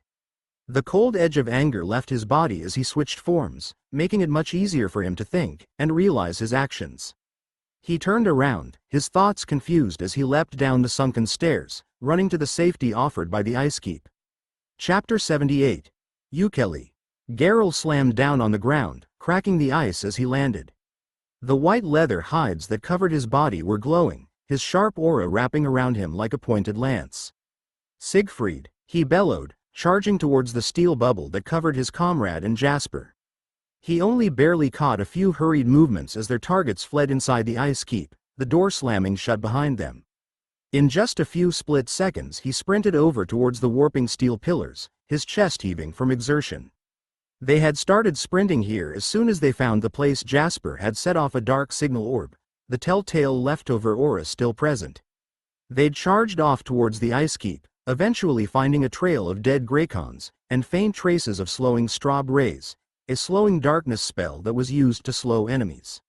Siegfried had an artifact that allowed him to cast a limited number of those, and hence they knew they were on the right trail. As they followed the trail, Geralt had realized that their targets were purposefully being allowed to head towards the ice keep. Siegfried must have wanted to wait for all of them to meet up before engaging, standard operating procedure for their team. They would only engage at all if it seemed obvious that the target would escape otherwise. In here, a muffled grunt could be heard from inside the steel pillars. A second later, the steel pillars fell away and melted into dust, revealing an injured Siegfried and an unmoving Jasper.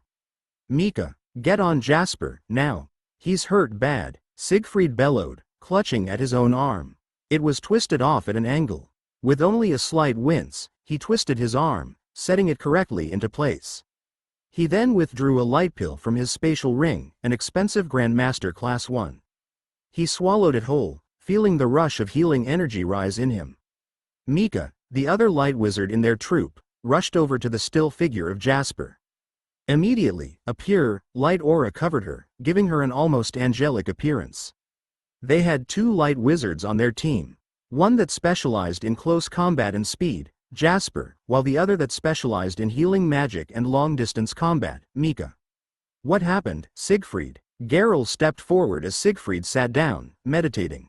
He motioned with his hands to the two other shades on their team, directing them to form a secure perimeter. The fox had a subordinate. The steel wizard began, looking at the flesh on his right arm.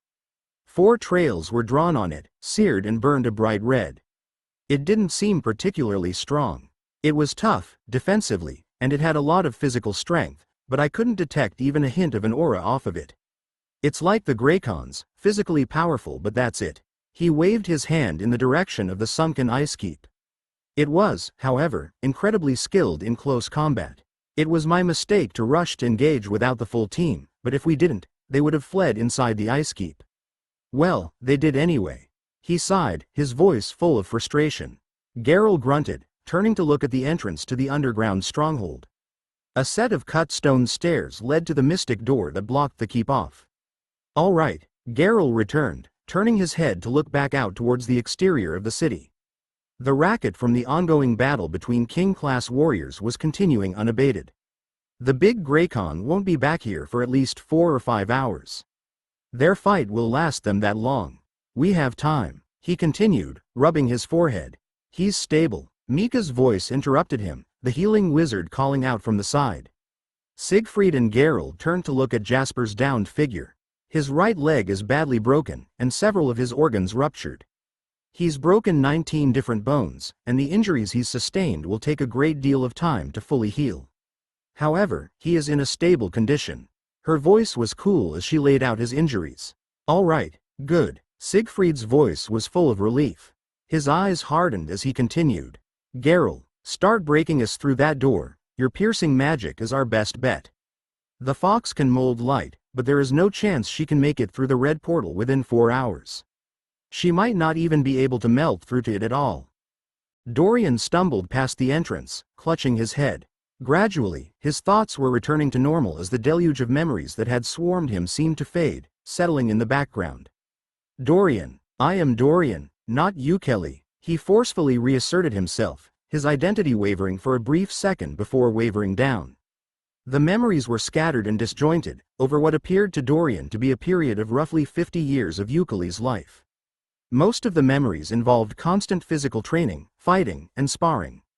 Sometimes through huge, epic battles with thousands of combatants, and other times just a single wizard or warrior. A few, however, were ripped from his childhood. Ukelli was a human, born to an impoverished mother and no known father. He had a single older brother, one that was 7 years older than him. His family had lived in a poor village near a wide, open forest teeming with wildlife, in the outskirts of the kingdom of Benor, on the planet Talu. The memories about Ukelli's childhood were scattered and few, but Dorian could already tell that the boy had been born a prodigy. An absolute genius. At the age of 1, he could already walk and talk, learning the common language in a matter of months. At the age of 2, he had become a wordsmith, studying from the few books his family possessed. He had a deep love for poetry and expressed his feelings for the world around him in poems. At the age of 3, he had won a great deal of acclaim and fame for his poetry, all as a mere child. The lord of the territory he lived in had personally sent a dozen gold coins to reward his mother, allowing them to move into a real house, in a real town and leave the poor outskirt village. He single-handedly pulled his family out of squalor, a sweet, innocent and cheerful boy. At the age of 4, his life took a turn. The planet he lived on was conquered by a race of powerful creatures. A varied race of beings known as demons.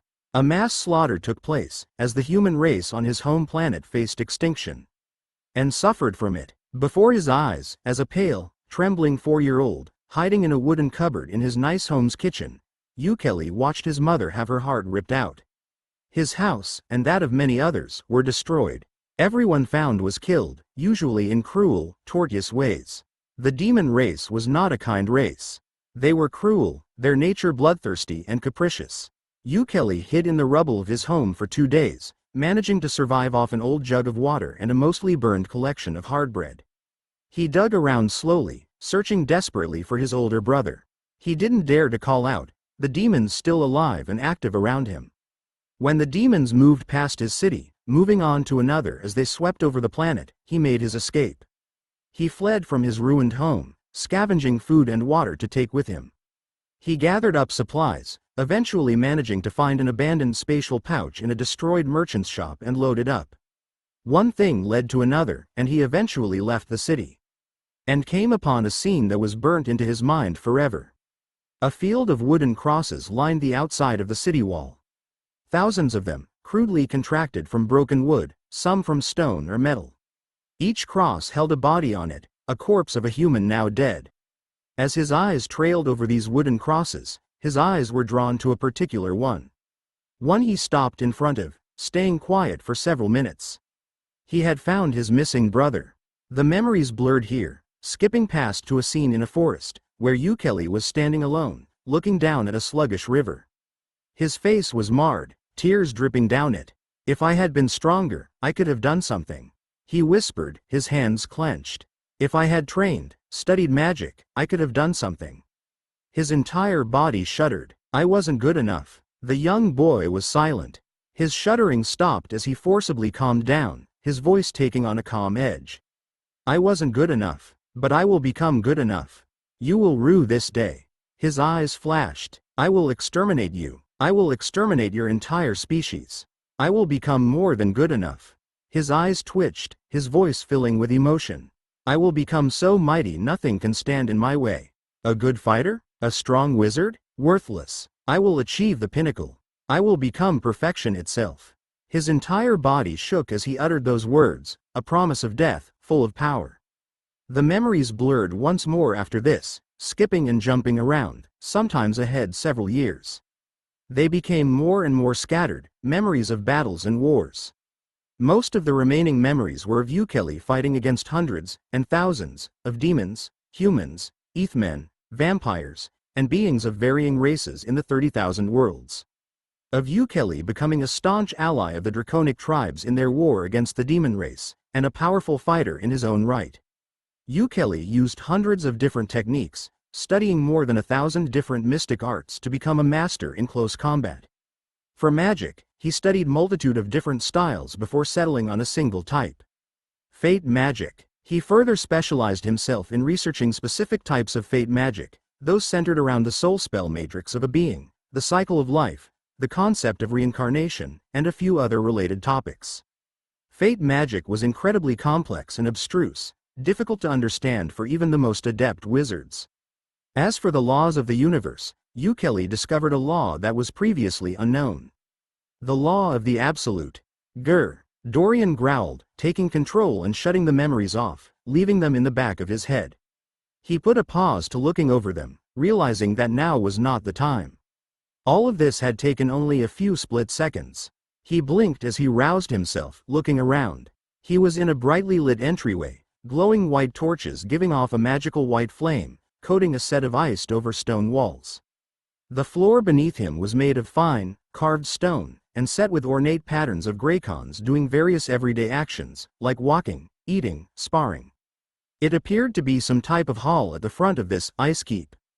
Thud! A resounding boom drew his attention behind him, to the doorway of the mostly underground castle. The door to the keep was made of some dark, black metal. Magical symbols glowed all over it as it slammed shut, the humanoid form of the lightsworn fox Ariel breathing deeply as she leaned against it. "We made it," she exhaled, wiping a sheen of sweat off her forehead, her voice full of relief. "That will hold for at least a couple of hours." A small pause occurred as Dorian looked at her, and she looked back at him. Dorian took a deep breath, looking around the frozen entryway. "So what now? It seems like we just trapped ourselves, with a group of ferocious shades outside trying to kill us." He held his hands up, waving them around. The fox girl bit her lip slightly, turning to look down the hall, towards a stone doorway on the opposite side of the entrance. "We need to make it to the bottom of the ice keep, towards a secret place called the Red Portal. It's a strange, magical device that connects to another, an active portal hidden away in the sister city of Issachar, Dragonmount City. Specifically, on the tallest hidden mountain in that city, a mountain shrouded from sight in mysterious fog, one almost impossible to see," she said, crossing her arms as she shivered. "Mount Tai. If we can make it to there, we can lose them completely. They have a pair of able fate wizards that have been tracking me through fate, but using the portal will sever that connection completely." Dorian listened to her explanation, his eyes following her closely. "All right, assuming this is all true, how do we make it to the Red Portal?" She smiled. "This is where you can help, actually, Dorian. The Red Portal is locked away at the depths of the ice keep, behind a huge wall of Gwyran ice. This wall is fed by the traveling ice waterfall, and will repair any damage it takes shortly after taking it." She continued, "If we use your dragonfire to keep it from regenerating, and my sun sword technique to melt it directly, we should be able to safely push through to it," Ariel said confidently, her eyes shining. "But first, we need to turn the portal on," she proclaimed, walking down the hall, away from the entrance.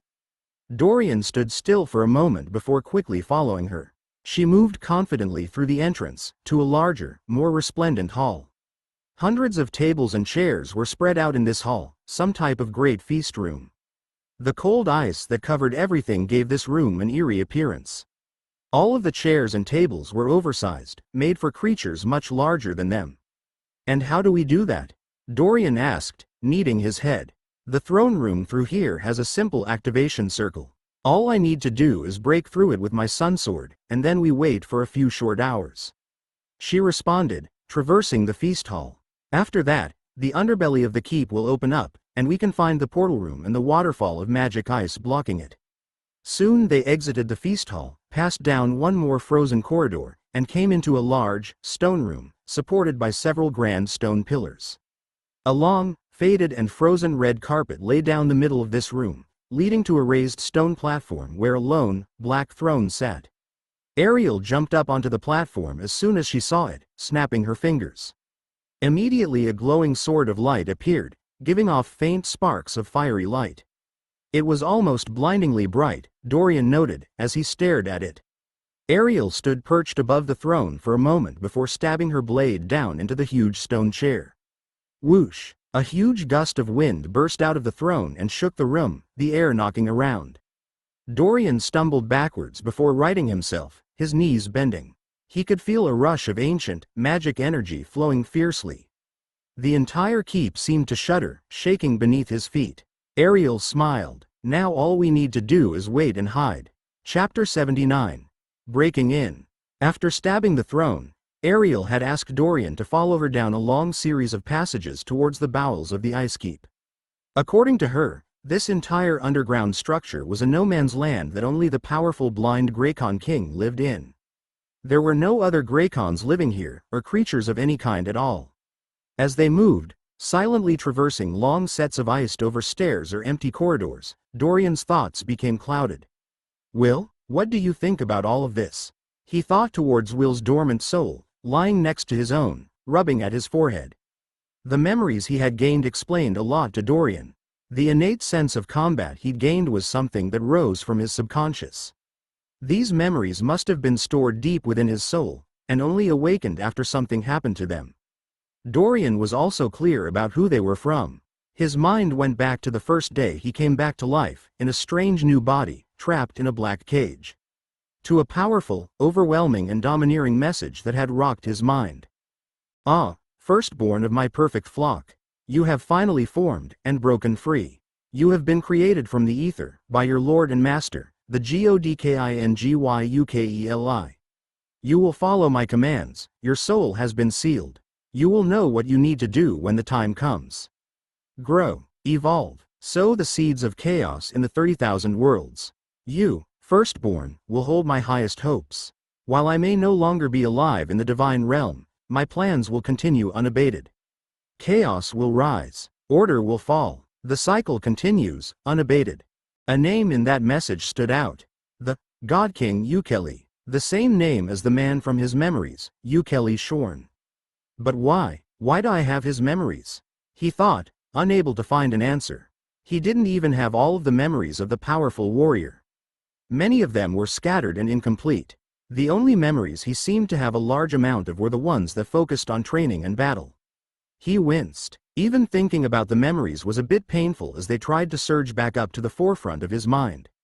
I am Dorian, he muttered in his head, forcing them down for now. When he allowed them to rise forth earlier, his entire sense of identity had fallen into crisis. He felt as if he was starting to lose himself and become someone else. The memories, he noted, held valuable information. The sheer skill of the fallen warrior, the Lord of the Absolute, was incredible, to say the least. But what use was power if he had to lose himself for it? He sighed. Maybe I can isolate the memories? Go over them bit by bit? Taking them all in at once was unacceptable, as far as he was concerned. For now, he would just leave them isolated in his mind, pushed to the back. As long as he didn't will the memories to take over, they seemed content to remain in the back of his mind, not changing his personality. Asra. Who was Ukelli? He turned his focus to his soul spell matrix genie. His worship is his worship. She replied, rather unhelpfully. But he was a human, right? A human that walked the 30,000 worlds, hundreds of years ago? He returned, his eyes narrowing. I can only respond with information I have stored. I do not have an answer to your question. She replied calmly. He sighed. Well, he hadn't expected much anyway. It was a mystery he would have to figure out on his own. The ice keep was huge, stretching for miles underground. Dozens of sets of stairs led through twisting and winding corridors, giving it an almost maze-like appearance. The path Dorian took with Ariel seemed almost random, yet unerringly led them into a descent. The further down they moved, the colder it got, Dorian noted. He was in his Ifrit form, which was resistant to cold to some degree, but even he could feel the decrease in temperature. If it got much colder, it wouldn't be that much better from being outside the cave, on the surface of the planet. So how do you know so much about this place? Dorian asked, his eyes trailing on Ariel. He still didn't fully trust her, not after meeting her so randomly. But she didn't seem to be misleading him, and had helped save his life by letting him hide away in here. Ariel turned her head back to look at him as they jogged down a long, empty hallway before responding. I've lived in this region ever since I grew up. I was born on the planet of Paxatal. She began, her voice melodic. My blood is special. While the vampires and blood wizards from the three families are usually more orderly, about 30% of all vampires are rogue, and don't align themselves with them. She continued, a girl like me needs to know a few good escape routes to survive. This is the first time I've been forced to use the Ice Keep route, a dangerous one in its own right, so I don't know everything. I only know what research has been pulled, beaten, and brought out. She waved her hands around her. Like how to get to the red portal and how to activate it. Dorian looked at the walls she had waved at. As he stared, he could almost see the energy running flush in them. Whatever she had stabbed on that throne had set off a chain of energy, causing the air and walls of the ice keep to be full of it. It had an ancient feeling to it. It wasn't something Dorian could touch or manipulate, however. It just seemed to exist. Well, thanks for helping me. He'd gotten caught up in this mess because of her, but it was his own fault for exposing where she was in the first place. He'd say they were even in that regard. Ariel shrugged. You're helping me back, after all. I don't think I would have made it to the Ice Keep in one piece, or be able to reach the red portal as easily without your help. They were silent for a while as they continued to descend. The walls took on a heavier, bluer tint as they moved lower, the stone becoming less and less apparent. Everything was lit by eerie, blue light that seemed to be just barely present. Every once in a while, they would pause and stop, as Ariel checked the path, twisting and turning with a frown, before they continued to jog, moving down different hallways or staircases. It was difficult to move fast in the maze of pathways. So what about this place, then? Why does that blind Grycon live here? He shifted the topic. Long ago, the giants and Grycons were constantly at war. Towards the end of their reigns, for unknown reasons, the two races had one last, final war, one to overwhelm all others. A war to end all wars. Ariel narrated after studying Dorian for a second. Aristodemus the Coward was a legendary Grycon king, and a member of the great Grycon generals, the elite and most powerful members of the Grycon society, according to the records I've read. When the war was at its peak, and had reached a fever pitch, there was a vicious battle that saw horrendous losses on each side.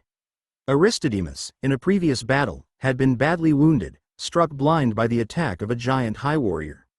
Another great Grycon general, Eurytus, had been similarly injured. Brutally marred and injured, both great Grycon generals retreated back to Issachar under order from the ruler of the Grycon race, to heal from their injuries and later rejoin the war effort. Eurytus, however, changed his mind, defying orders, and left to rejoin the Grycon defense, while Aristodemus continued on to Issachar. The battle he joined was known as the last stand of the Grycon armies.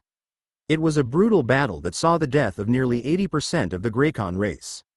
The giants suffered a similar fate, roughly 75% of their forces wiped out, forcing an end to the war. What happened after that, exactly, is unknown. What is known, however, is that Aristodemus was labeled a coward by the survivors, shunned and humiliated. As a result of this, of his own race rejecting him, Aristodemus isolated himself here, in the Ice Keep, where he spent the rest of his days. Dorian was silent as he heard the tale, shivering slightly. The history of this world, even of a single character on this strange planet, was incredible. Though, in his opinion, this Grycon race sounded rather judgmental.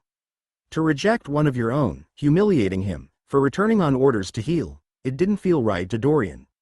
They continued to descend. They started to find chunks of ice lining hallways, or even standing in the middle of them. Sometimes they ran into an entire wall of ice blocking the way. In those situations, Dorian stepped forward, unleashing a small ball of emerald flames. These flames melted the ice instantly, clearing the way. He also devoured a magic herb from his spatial ring, trying to restore his energy.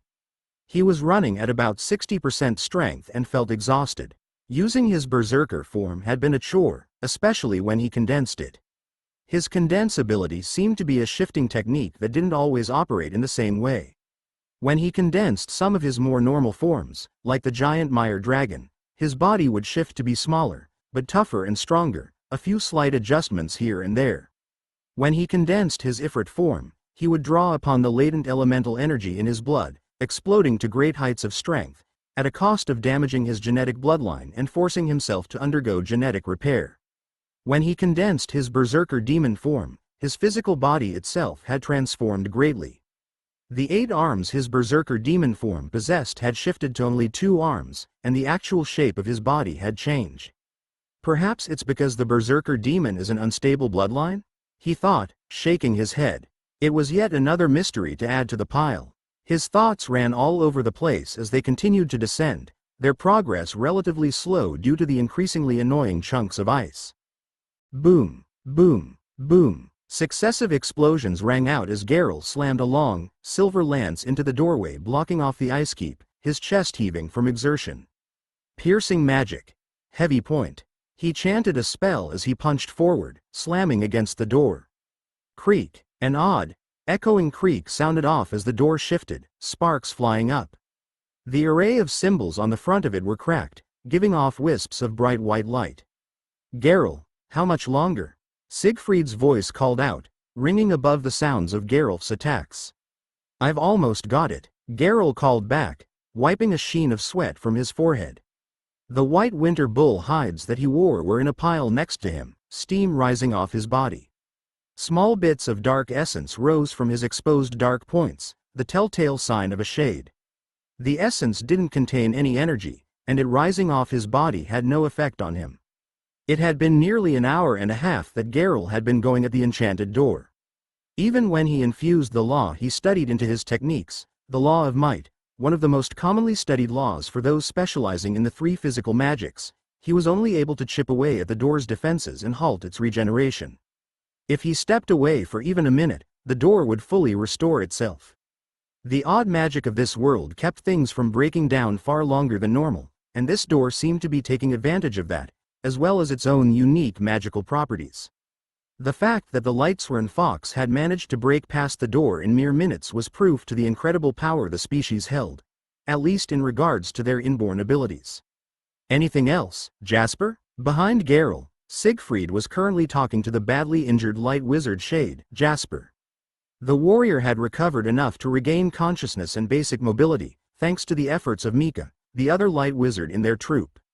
No. Jasper's voice was raspy as he talked, his eyes bloodshot. It was my own fault. The beast was incredibly strong, and I underestimated it. I didn't sense even a hint of the power of law within its blows, only raw physical strength. He shook for a moment before laying back down on a set of bundled fur coats and hides, pulled from one of the team's spatial rings. Siegfried nodded his head, letting Jasper rest for the moment. Their opponents were wily. His eyes flashed. No matter how vile or conniving their target was, they would still complete their mission, or die trying. Boom! A flash of magic energy shot into the air as a collision echoed out, coming from the entrance to the ice keep. Faintly, in the background, the clashes of the two giant king-class warriors could still be made out. Siegfried smiled. We're in. Speaking of fighting, I've never seen someone that has a battle form and a dragon form. Ariel's voice echoed out as she responded, in the middle of a conversation about the shades. They had traveled quite a distance and had decided to take a small break, taking a bit of time to rest. Dorian had chosen to close his eyes and relax, allowing his exhaustion to slip away slightly while he talked to the fox girl. Well, you could say I'm a bit unique. He returned, not opening his eyes. Osra, what's a battle form? He had a good guess, but wanted to be sure. A unique transformation ability found in some rare and powerful bloodlines. She returned. He mentally nodded. It was more or less what he had expected. It's nothing special. He blatantly lied. Silence reigned for a few seconds. I see. Well, what about you, by the way? Why are you here? She continued. The only reason I'm here is to escape from those shades. Her voice was filled with venom as she talked about her pursuers. Me? He said, thinking his answer over. Well, I'm off on a journey to save a friend, and find a huge store of treasure. He decided to be honest. Oh? Ariel's voice piqued with curiosity. You're going to Dragonmount and then Paxatal, right? She asked. Dorian had mentioned his destination earlier, when they were talking. He grunted his acknowledgement. Then you must be one of the treasure hunters searching for the legendary Ascension ruins on the planet of Magmoor, huh? Dorian blinked in astonishment. The treasure stash he had been given information for, it was indeed located on the planet of Magmoor. Specifically in a location called the Ember Gorge, according to what the old ghostly wizard had shared, in what felt like so long ago. People already know about it? He sputtered, his eyes opening in shock. Ariel gave him an odd look. Of course, all the strong locals in this section of the 30,000 worlds have heard about the myth of the Ascension ruins on Magmoor. A magical area that is filled with treasure, and, even more enticing for the mighty, contains the recordings and history of various Lord-class, King-class, and even Angelic-class wizards in their study of law and journey towards ascension. She nodded. The only hard part is finding the ruins, which magically shift locations, and actually getting anything out of them. After all, this place was a creation of one of the greatest fate wizards to have walked the 30,000 worlds. Dorian's eyes widened, feeling as if his soul was trembling as she spoke, fate seeming to twist in acknowledgement. The only human to ascend to the shattered heavens within thousands of years. Ariel nodded again. Very few have the right to claim even part of the treasure or knowledge left behind by the great Lord of the Absolute. Boom! Right at that moment, an echoing explosion shook the ice keep, resounding all the way to them, deep in the bowels. At the sound of it, Ariel sprang up, her eyes glowing. They've broken in. Quick, we need to hurry. We're almost at the waterfall. Chapter 80. Sun Wukong vs. Zero. On another world, far away. Sun Wukong sighed, the blue halo above his head gleaming softly. The air around him crackled with power as he faced off against an enormous divine golden lion. Behind him, The unconscious form of a giant heavenly Quetzalcoatl rested, particles of light bleeding off of it.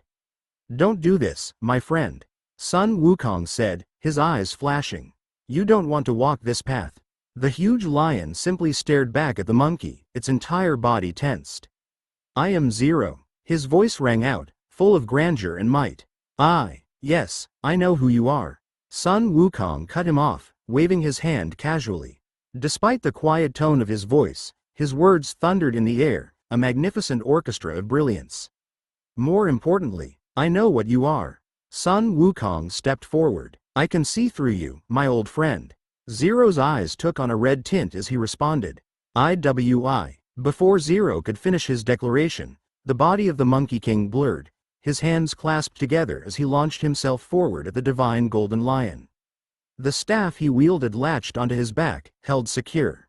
As he jumped forward, his clasped hands writhed. "Curse magic. Release the seventh seal. Herculean strength."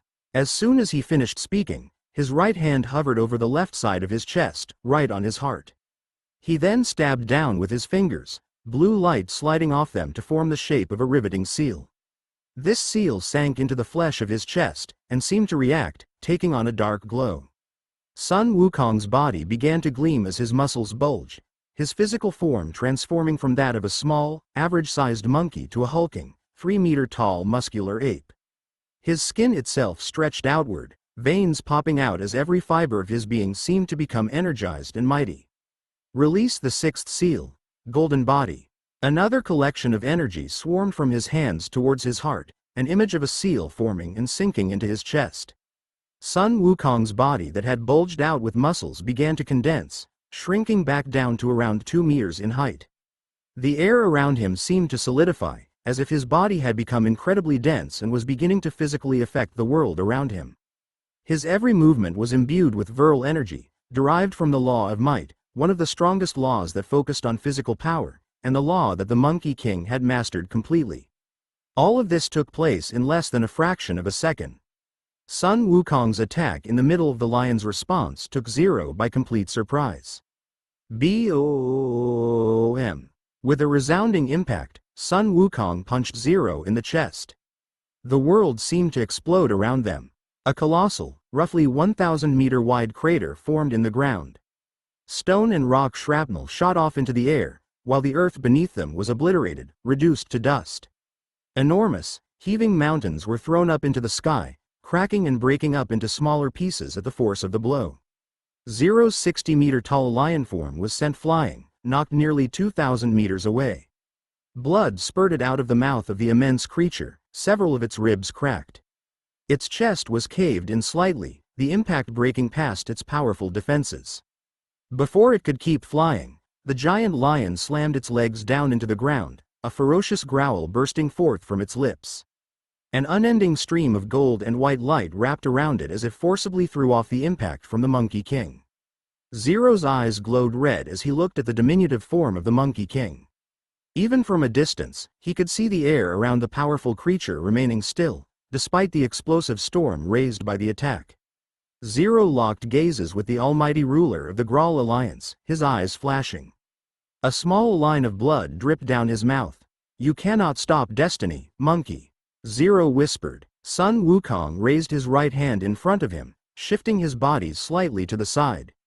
"Release the fifth seal, soul acceleration. Release the fourth seal, latent burn." Sun Wukong's body shook, outwardly not changing much. His eyes, however, seemed to become endless, gaining a depth that could not be matched. His physical form seemed to become even stronger and mightier, all while standing still. Zero's entire physical form blurred as he raised his legs. A massive ball of energy formed in the air in front of him, made up of pure gold and white power. This energy was condensed from the very air itself around Zero, and the unending supply of energy within him, all in a split second. WHOSSH. This attack took only a split second to summon, yet seemed to tire the giant lion greatly, causing its body to tremble from exertion. The golden light that surrounded it trembled in fury, particles shivering and shuddering. A concentrated beam of raw might shot forward, moving at an extremely fast pace. It melted through the air, destroying space itself as it ripped forward. An ability only a divine golden lion possessed, Annihilation Beam. This deathly beam of destruction slammed into the waiting hand of Sun Wukong. Shifting waves. Turn the sea. Sun Wukong's hand twisted, ever so slightly. The almighty beam of destruction hit that waiting hand and physically turned, blasting just to the right of the Monkey King as it was redirected, flying off into the sky high above them. Zero's chest heaved as it stared at the Monkey King, his eyes wide. "You cannot defeat me, my lion friend." Sun Wukong's voice echoed out as he began to step forward. Every step he took formed a 100-meter-wide crater, throwing even more stone and rock into the already chaotic air. "You can never defeat me." The powerful monkey's eyes flashed, absolute confidence rolling off of him. A flurry of emotions passed through Zero's eyes as he simply looked at the monkey.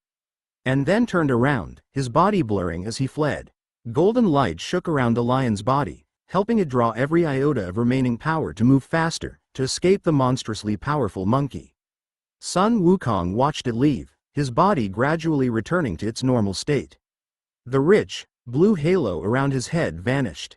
The body of the heavenly Quetzalcoatl lay on the ground a few thousand meters behind him, having been tossed around due to the force of the battle. Several moments passed. By this time, the divine golden lion had retreated more than 1,000 miles, reaching a world bridge that connected to this planet. The lion had already fled onto it, its body leaking blood that instantly vaporized. As soon as Sun Wukong was certain the lion was gone, he fell down on one knee. Blood spurted out of his lips as his body trembled. His hands shook, his entire body shuddering for a moment.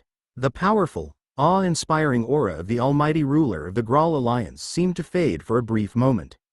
Becoming a single monkey standing alone, bearing the weight of the world on his shoulders. "This burden, these hands of mine, they do shake, master," he muttered, looking at his trembling palms. "I am but a simple monkey. Not a divine lion, nor a godly phoenix. Not a fierce dragon, nor a heavenly serpent." He sighed. "Just a monkey with a pair of special eyes. I am unworthy." He was silent for a long moment. "But I will try to stop him, my beautiful master." He bowed his head as he looked briefly to the sky, his eyes gleaming. "You were right, in the end. He has returned." The madness overtook him. "I only fear I am not enough." He shook his head. "You picked an unworthy disciple, Lady Osra." "Osra, does Gwyran Ice have any weaknesses?" Dorian asked as they sprinted down the hallway. The air was growing colder and colder, cold enough that it was causing his energy to drain in order to stay warm.